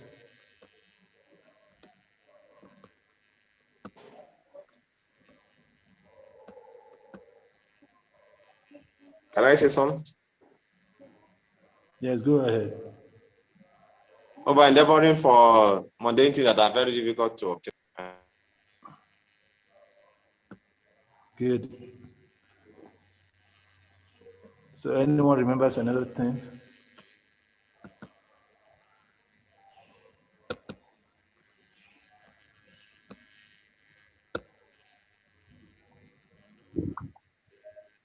We covered it yet?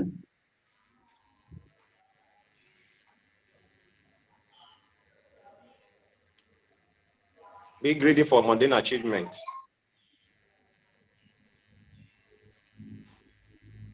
Jnana Sangha, association with worldly minded persons. Okay. I think I can see one also, association with worldly-minded persons who are not interested in Krishna consciousness.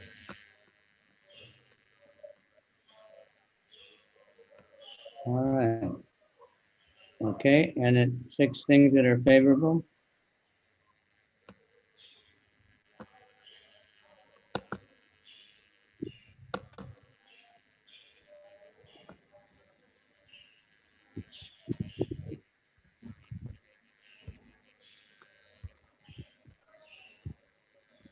Be enthusiastic. Saha.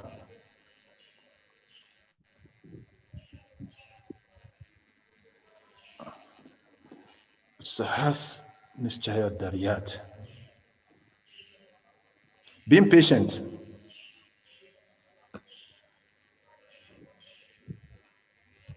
Anyone else?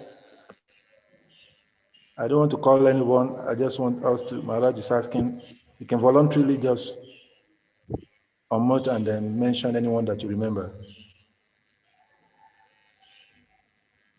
Yeah, please go back and study this. Endeavoring with confidence. Yeah, the first 3. Utsaha Nischaya Darya.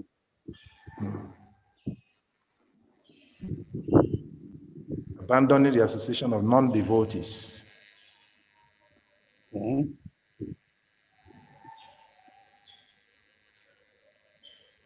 Following the principles of the previous acharyas. Very good. How to deal with three kinds of devotees. How to deal with three types of devotees. No, that's not one of the 6 things.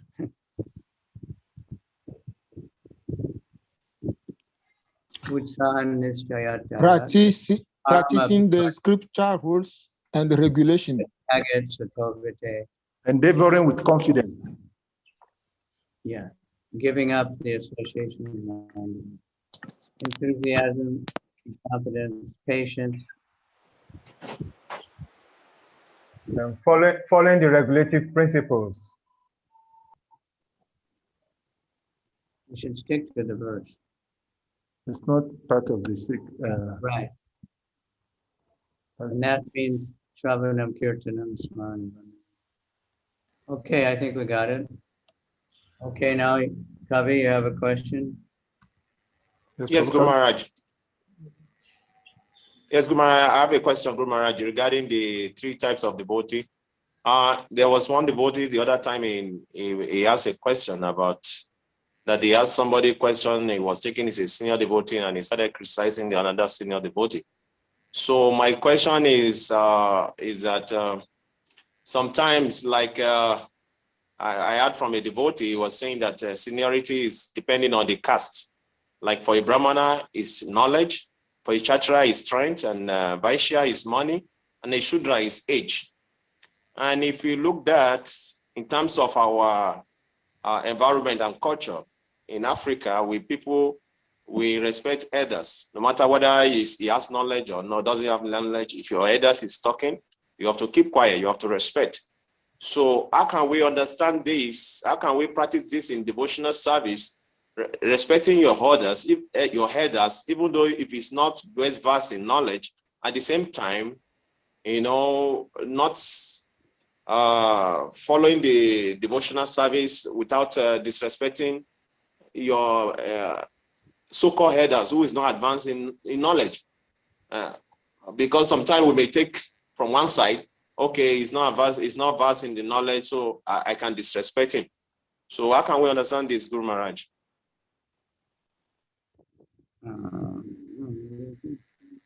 Well, that's the case everywhere. We should respect elders, just because they're elders. But whether we have to strictly follow them, here because Swami saying, if somebody is chanting the holy name, but they're not following and stuff, then we offer our respect from a distance. We don't surrender to them or take all our guidance from them. So we have to know a little bit.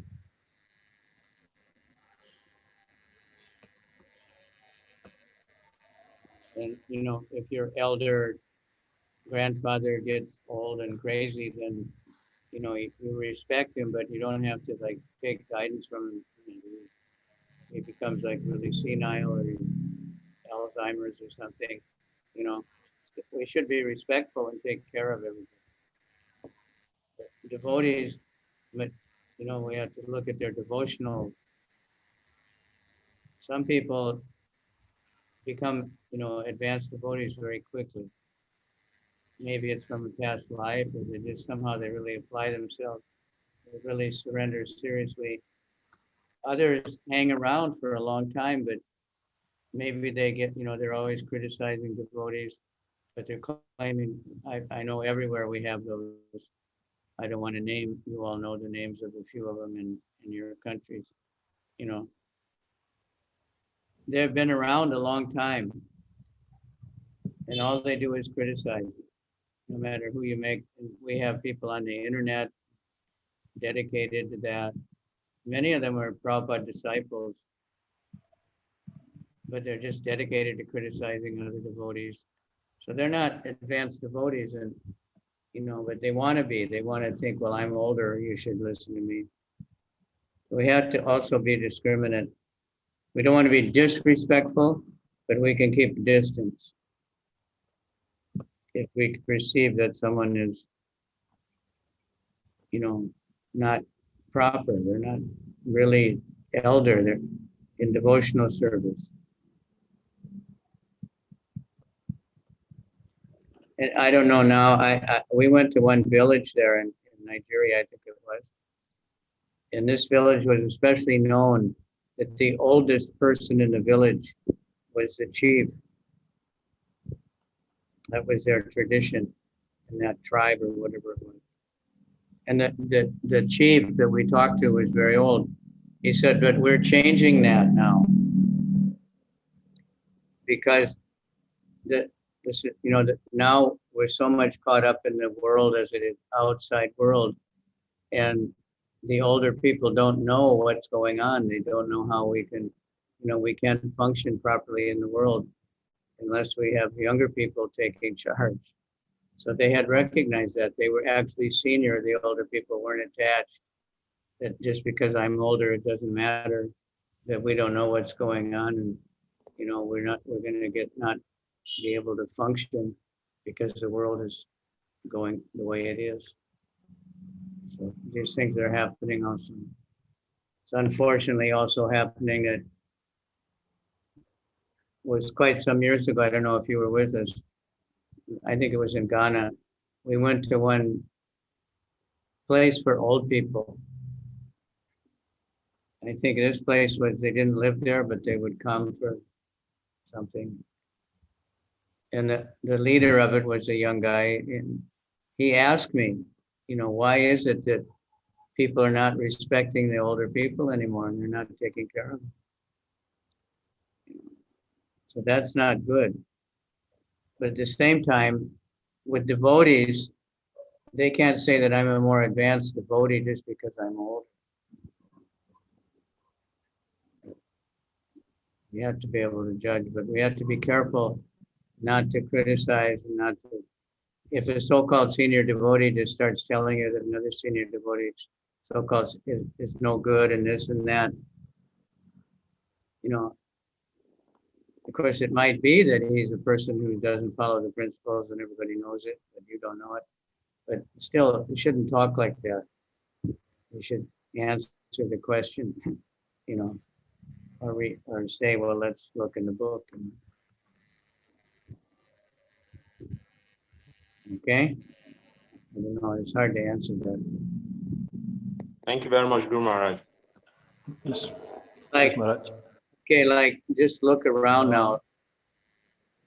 Look at, that younger devotees now are, it's not like they're disrespecting the older devotees, but in some temples they're taking over the management and they're doing very well with it because they're young and they have energy and vision, and the older devotees should actually be advisors and preachers. They don't have to have their hands on everyday management. It's not, it's like in any company, any sport, the older guys become coaches. They might have been the biggest star ever, but they can't keep being on the field when they get 40 years old, but they can be really good coaches. So that's what senior devotees should be able to hand over a lot of things to the younger devotees so that he can concentrate on coaching and training people, sharing his experience. All right, thank you very much. We have 1 minute. Let's have kirtan. Hare Krishna Maharaj. Everybody unmute and kirtan. Okay. Get up and dance. Hare Krishna, Hare Krishna, Krishna, Hare Rama, Hare Rama, Hare Rama,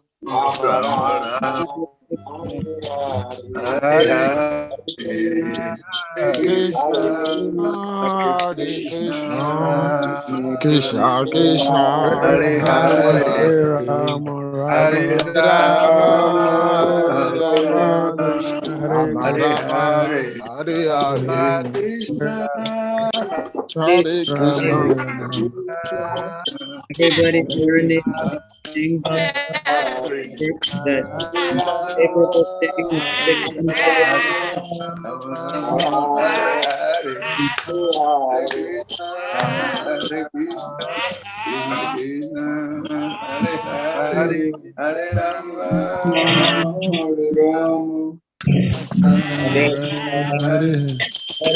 Hare Krishna, Hare Krishna, Krishna Krishna, Hare Hare, Hare Rama, Hare Rama, Rama Hare Hare. Hare Rama,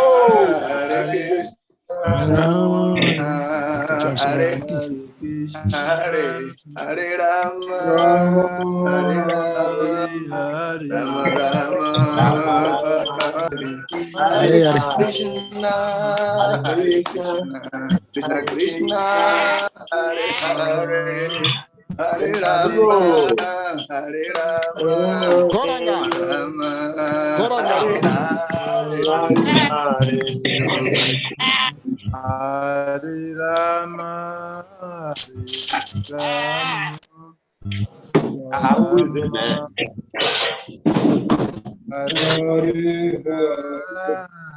Krishna, Krishna Hare Hare, Hare Rama, Hare Rama, Rama Hare Krishna, Hare Krishna, devotees. Thank you very much for your participation. We are grateful, we are happy for your consistency. Salika Prabhu, Madhuban Prabhu, Madhana Gopal Prabhu, Anantacharya Prabhu, Mr. Cheche, Bhakta Eli, Rasa Vilas, Yaduna Prabhu, and all the other devotees. Thank you very much for your active participation. May Guru and Krishna continue to bless you, empower you, invigorate you to pass through the course to the end. Go, Ranga. So see you next week, exactly the same time, Saturday morning, 7:30 Ghana time, 8:30 Nigerian time. Sunday also, 7:30 Ghana time, 8:30 Nigerian time. Please remain blessed. Hare Krishna. Yeah. Any pressure for us? Oh, Ranga. Ranga? Any pressure for us? Ranga. Hare Krishna. Go, Ranga. Hare Krishna. It's okay. You can go for your program. You can go for your Sunday programs. Go, Ranga. Go, Ranga. Go, Ranga. Hare Krishna. Prashad. Hare Krishna, Hare Krishna. Can everyone hear me? Okay, yeah. In the next 30 minutes,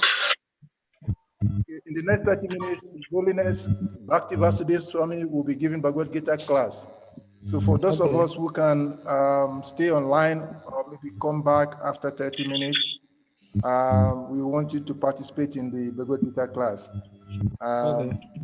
We humbly request you to please join in the next 30 minutes on the same channel, on the same platform, in about 29 minutes from now. But for those of us who cannot stay online till that time,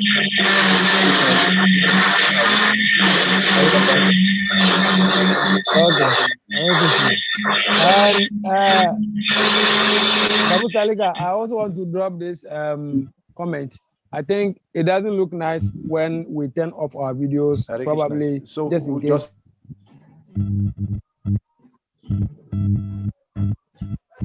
Guidance while we wait for, then you are welcome to stay, please. I want to add a comment. Okay, go ahead. Yeah, I was saying that it doesn't look so nice when we turn off our video throughout the whole class when Maharaj is giving lectures, especially when we're even called to read. I think we have to activate our videos. We want to know ourselves, have association, even as we are on this platform. So it's just a play that I'm putting across that in case you're even busy and maybe Maharaj calls you to read, you can just activate your video for that time being. We do the reading, then maybe you can just turn it off. Hare Krishna. Okay, thank you very much for your suggestion. This has always been the request of the teacher. His Grace Chaitanya Prema has always requested all the students to always, irrespective of who is the teacher, the fact that the person is teaching, we should respect him by, it becomes interactive when people show the video. So we should always try.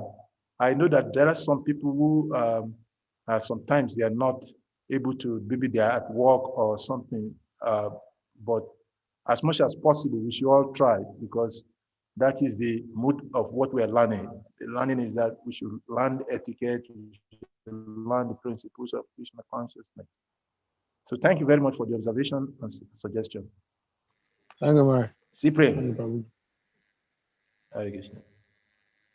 Any last comment? Yes, Prashad is coming. Don't worry. All right, no shaking. But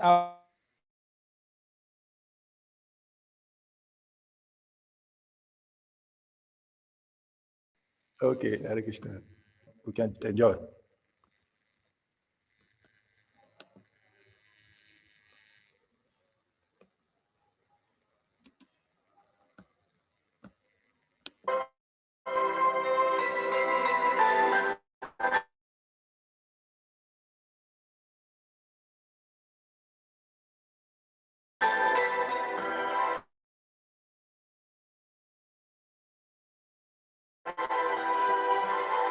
Jai Ram.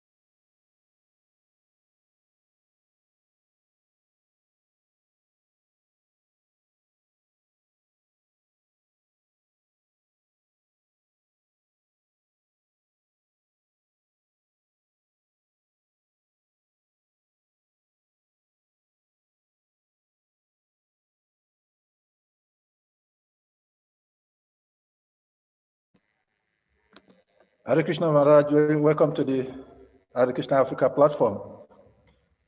Dandavat Pranam Maharaj. You can unmute. You can unmute your mic, Maharaj.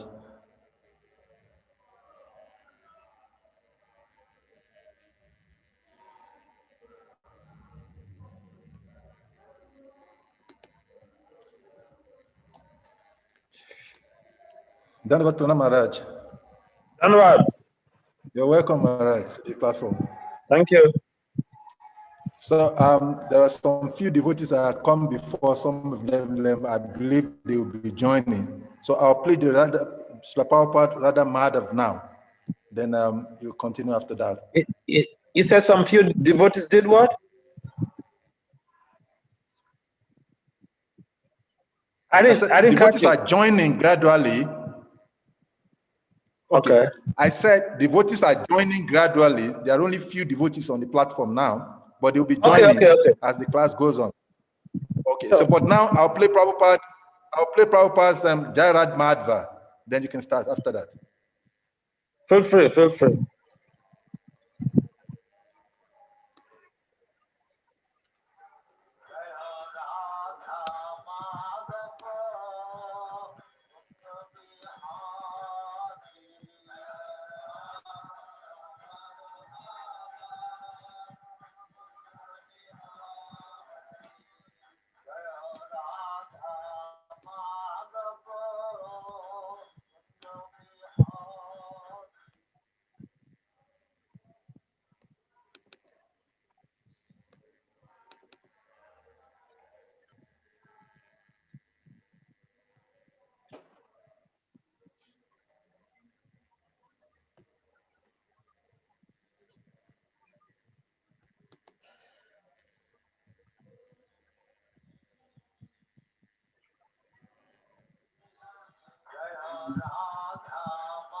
Listen, one more.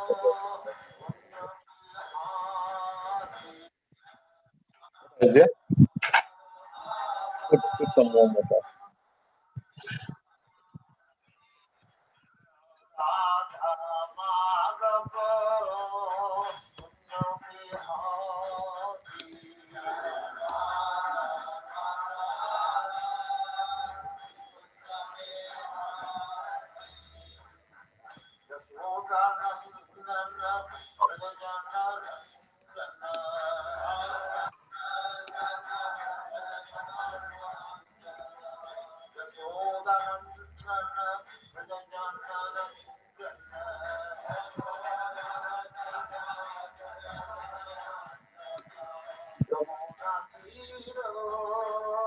Very warm. Use tissue paper there to clean. Use tissue paper. Huh? It's okay. It's for use. We're not returning them to Vrindavan.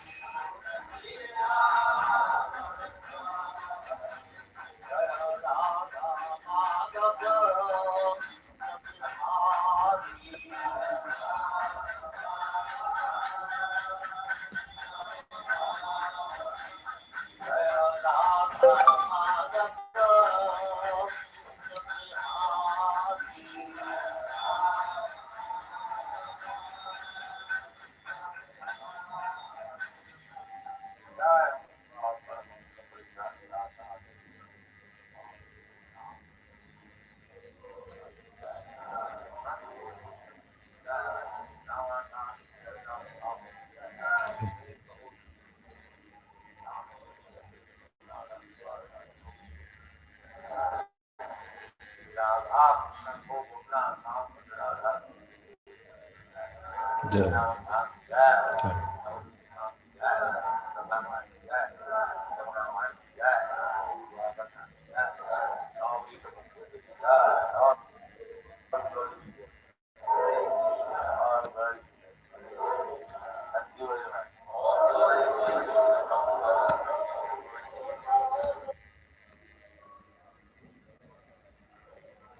Hare Krishna.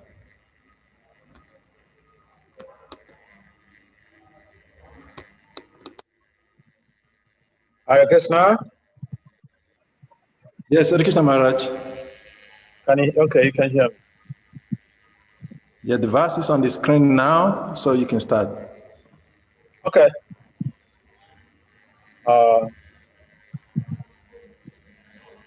Can you hear me, Maharaj? No, I can hear you.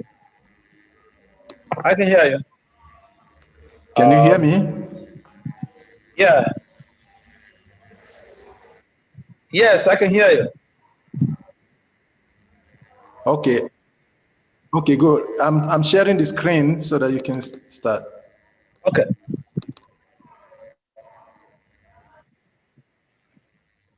Om Namo Bhagavate Vasudevaya. Om Namo Bhagavate Vasudevaya. Om Namo Bhagavate Vasudevaya. The Bhagavad Gita, chapter 2, text 2:6. Atachenam nitya jatam nityam va manyase vritam.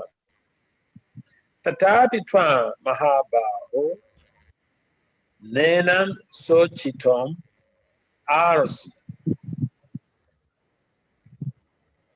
Translation, word for word, translation and purport by His Divine Grace, His Confounded Acharya, A.C. Bhaktivedanta Swami Prabhupada. Atta, if, however, cha, also, enam, this soul, nitya jatam, always born, nityam, forever, va, either, manyat say, you so think, ritam, dead. Tata api, still, tvam, you, mahabaho, almighty armed one. Na, never. Enam, about the soul. Socitum, to lament. Arosi, deserve. Translation. If, however, you think that the soul or the symptoms of life will always be born and die forever, you still have no reason to lament, O mighty aunt. Purport. There is always a class of philosophers, almost akin to the Buddhists, who do not believe in the separate existence of the soul beyond the body. When Lord Krishna spoke the Bhagavad Gita, it appears that such philosophers existed. And they were known as the Lokayatikas and Vibhasikas. Such philosophers maintain that life symptoms take place at a certain mature condition of material combination. The modern material scientists and materialist philosophers also think similarly. According to them, the body is a combination of physical elements, and at certain stage, the life symptoms develop by interaction of the physical and chemical elements. The science of anthropology is based on this philosophy. Currently, many pseudo-religions now becoming fashionable in America are also adhering to this philosophy, as are the nihilists, as are the nihilistic, non-devotional Buddhist sects. Even if Arjuna did not believe in the existence of the soul, as in the Vaibhashika philosophy, there will still have been no cause for lamentation. No one laments the loss of a certain bulk of chemicals and stop discharging his prescribed duty. On the other hand, in modern science and scientific warfare, so many tons of chemicals are wasted for achieving victory over the enemy. According to the Vaibhashika philosophy, the so-called soul or Atma vanishes along with the deterioration of the body. So in any case, whether Arjuna accepted the Vedic conclusion that there is an atomic soul or he did not believe in the existence of the soul, he had no reason to lament. According to this theory, since there are so many living entities generating out of matter every moment, and so many of them are being vanquished every moment, there is no need to grieve for such incidents. If there were no rebirth for the soul, Arjuna had no reason to be afraid of being affected by sinful reactions due to his killing his grandfather and teacher. But at the same time, Krishna sarcastically addressed Arjuna as Mahabahu, mighty armed, because he at least did not accept the theory of the Vaibhashikas, which leaves aside the Vedic wisdom. As a Kshatriya, Arjuna belonged to the Vedic culture, and it behooved him to continue to follow its principles.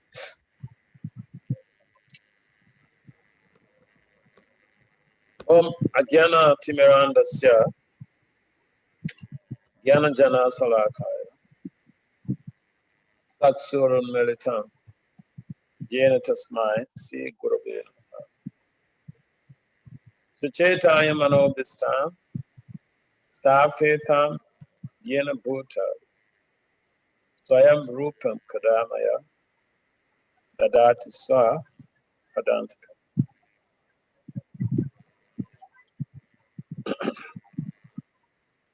Vanchakalpataribhyacha Kripasundabhyayevacha Patitana Pavanibhyo Vaishnavibhyo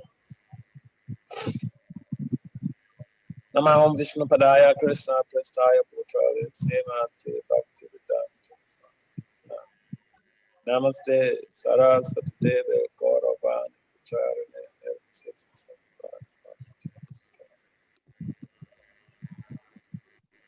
Jaya Sri Krishna Chaitanya Prabhu Nityananda Sri Advaita Gadadhara Sri Vasadi Sri Gaura Bhakta Hare Krishna Krishna Krishna Hare Hare Hare Rama Rama Rama Hare Hare. So I'd like to thank again the organizers of this forum and my host, Salika Prabhu, for giving me the chance to come to purify myself by doing this service. Ata chena nitya chatam nityam va mayasiritam tatapi tvam abho nenam sochitam ars. If, however, you think that the soul or the symptoms of life will always be born and die forever, you still have no reason to lament, Almighty. So,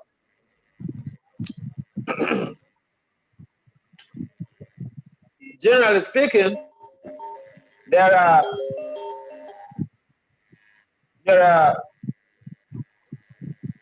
more than a few philosophies in India,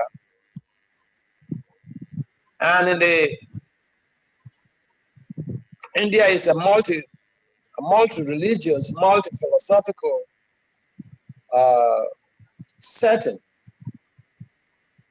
And if you hang out with typical Indians, you see that they're very, very tolerant because they're groomed in that way, you know. They have people have different understandings, so they don't try to shake up the dust of the consciousness or the thinkings of other people.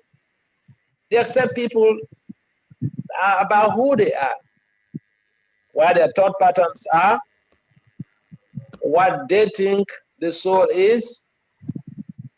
I mean, objectively, the traditional Indian personality, at least by the principle of you are entitled to your opinion.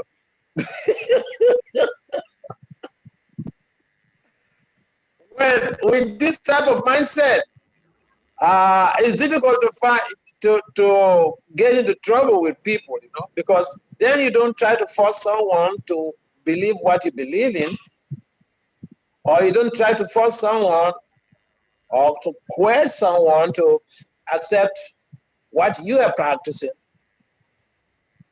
And it makes life, you know, it creates mutual intelligibility.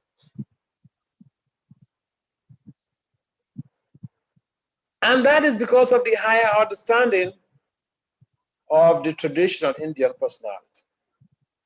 So I remember several years ago when I was in Nigeria, I was young at that time, and I had gone to Mathura has taken me to go see my younger sister, and so she's a very big time Christian preacher. So she had read our books, and she said something. So I just told her that you are entitled to your opinion.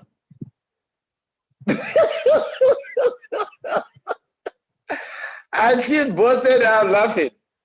She said, I said something that should irritate you, that is very serious. But all that you have to respond to me was that I'm entitled to my opinion. I said, yes, you're entitled to your opinion. So here in the purport, Prabhupada makes a very nice reference to some of these philosophers, Lokayatikas and Vibhayasikas.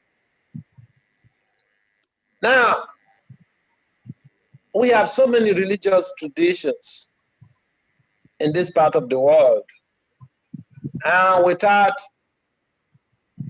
allowing people to be entitled to their opinions, there could be so much of trouble, there could be so much of strife, there could be so much of disturbances. So it is a very good thing that people have to understand their religious philosophical views, and at the same time also try to understand the views of other people and respect their views. So in the purport here, Prabhupada is alluding to the fact that when Krishna spoke the Bhagavad Gita to Arjuna, these caliber of people, philosophers, and keep in mind that philosophy basically has its etymological root in two Greek words, philos and sophia. Philos means love, and sophia basically means wisdom. So for someone to be a philosopher, he is basically a lover of wisdom. But here in the purport, we can understand that if that is the definition of philosophy, yes, accept it. Then wisdom is relative. Because here, there are some people, the Lokayaticus and the Vibhasicus, they accept a different perspective or a different approach to the understanding that is being, to the topic that is being discussed. And this is a very interesting point, because I remember one of my research papers that I had it published with the Journal of Financial Crime in London. And I was bringing these points to the discussion regarding the self. When I was defining the self, I brought this, very purpose idea into focus.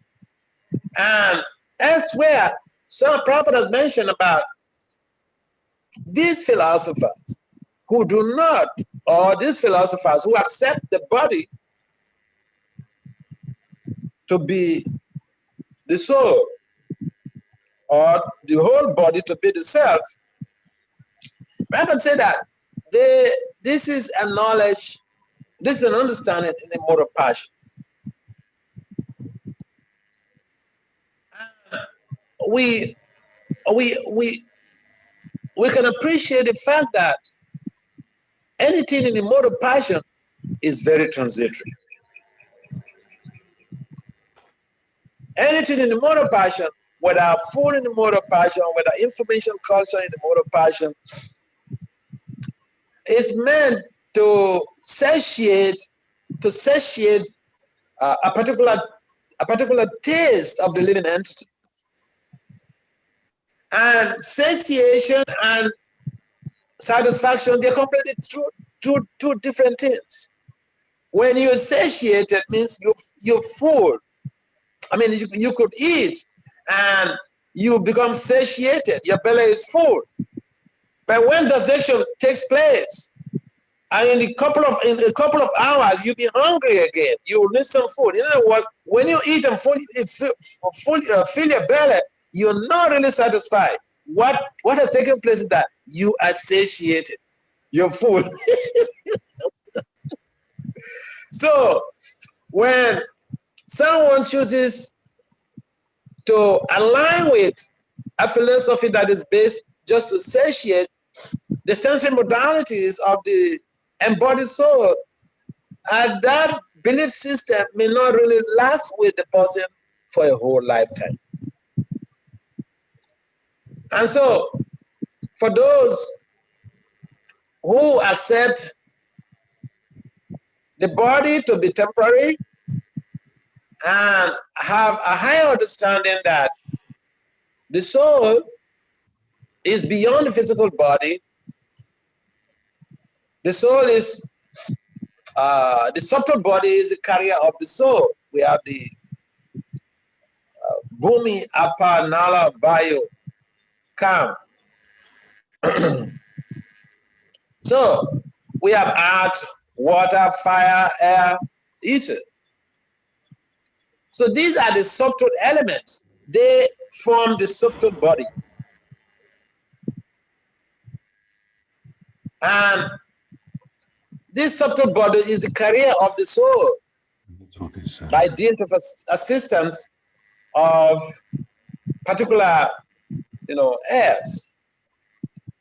So when we sleep, we find ourselves engaged in some activities, or traveling to some place or engage in some activity.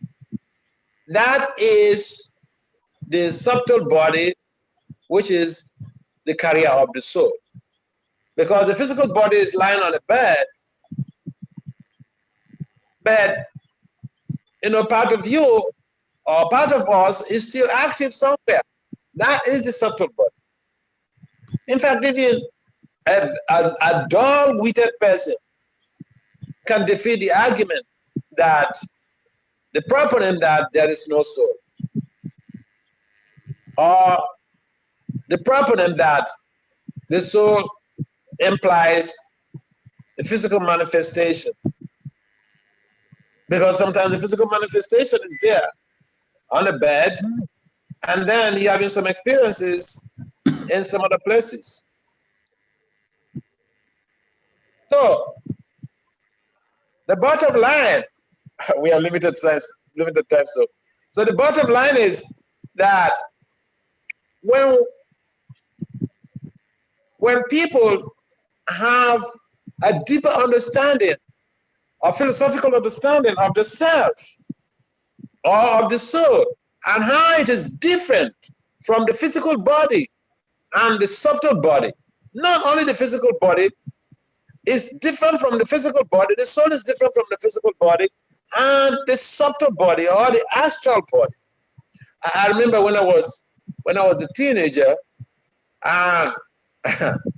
we used to watch some type of metaphysical program, and this what is the name of this society? I can't remember the name. So he used to feature, and that program, you know, some of us used to just stay late in the night just to watch that program because it's so much of philosophical insight. And this person was very much interested in deliberating on astral projections and all the rest of them. And so for us at that time, when they talk about astral projection and his descriptions, we think that, wow, this is strange. But when you come to read the Vaishnava Vedanta, the Vedic literature, the Bhagavad Gita as it is, the Srimad Bhagavatam, you understand that that is just an elementary stage of metaphysics. So, when we come to Krishna consciousness, we read about the soul, especially specifically in chapter 2 of the Bhagavad Gita. We become fully equipped to be able to answer any questions someone may pose to us about the soul. So just let's understand and appreciate what Prabhupada has given to us. So, despite all of the different philosophies in India, the Buddhists, they have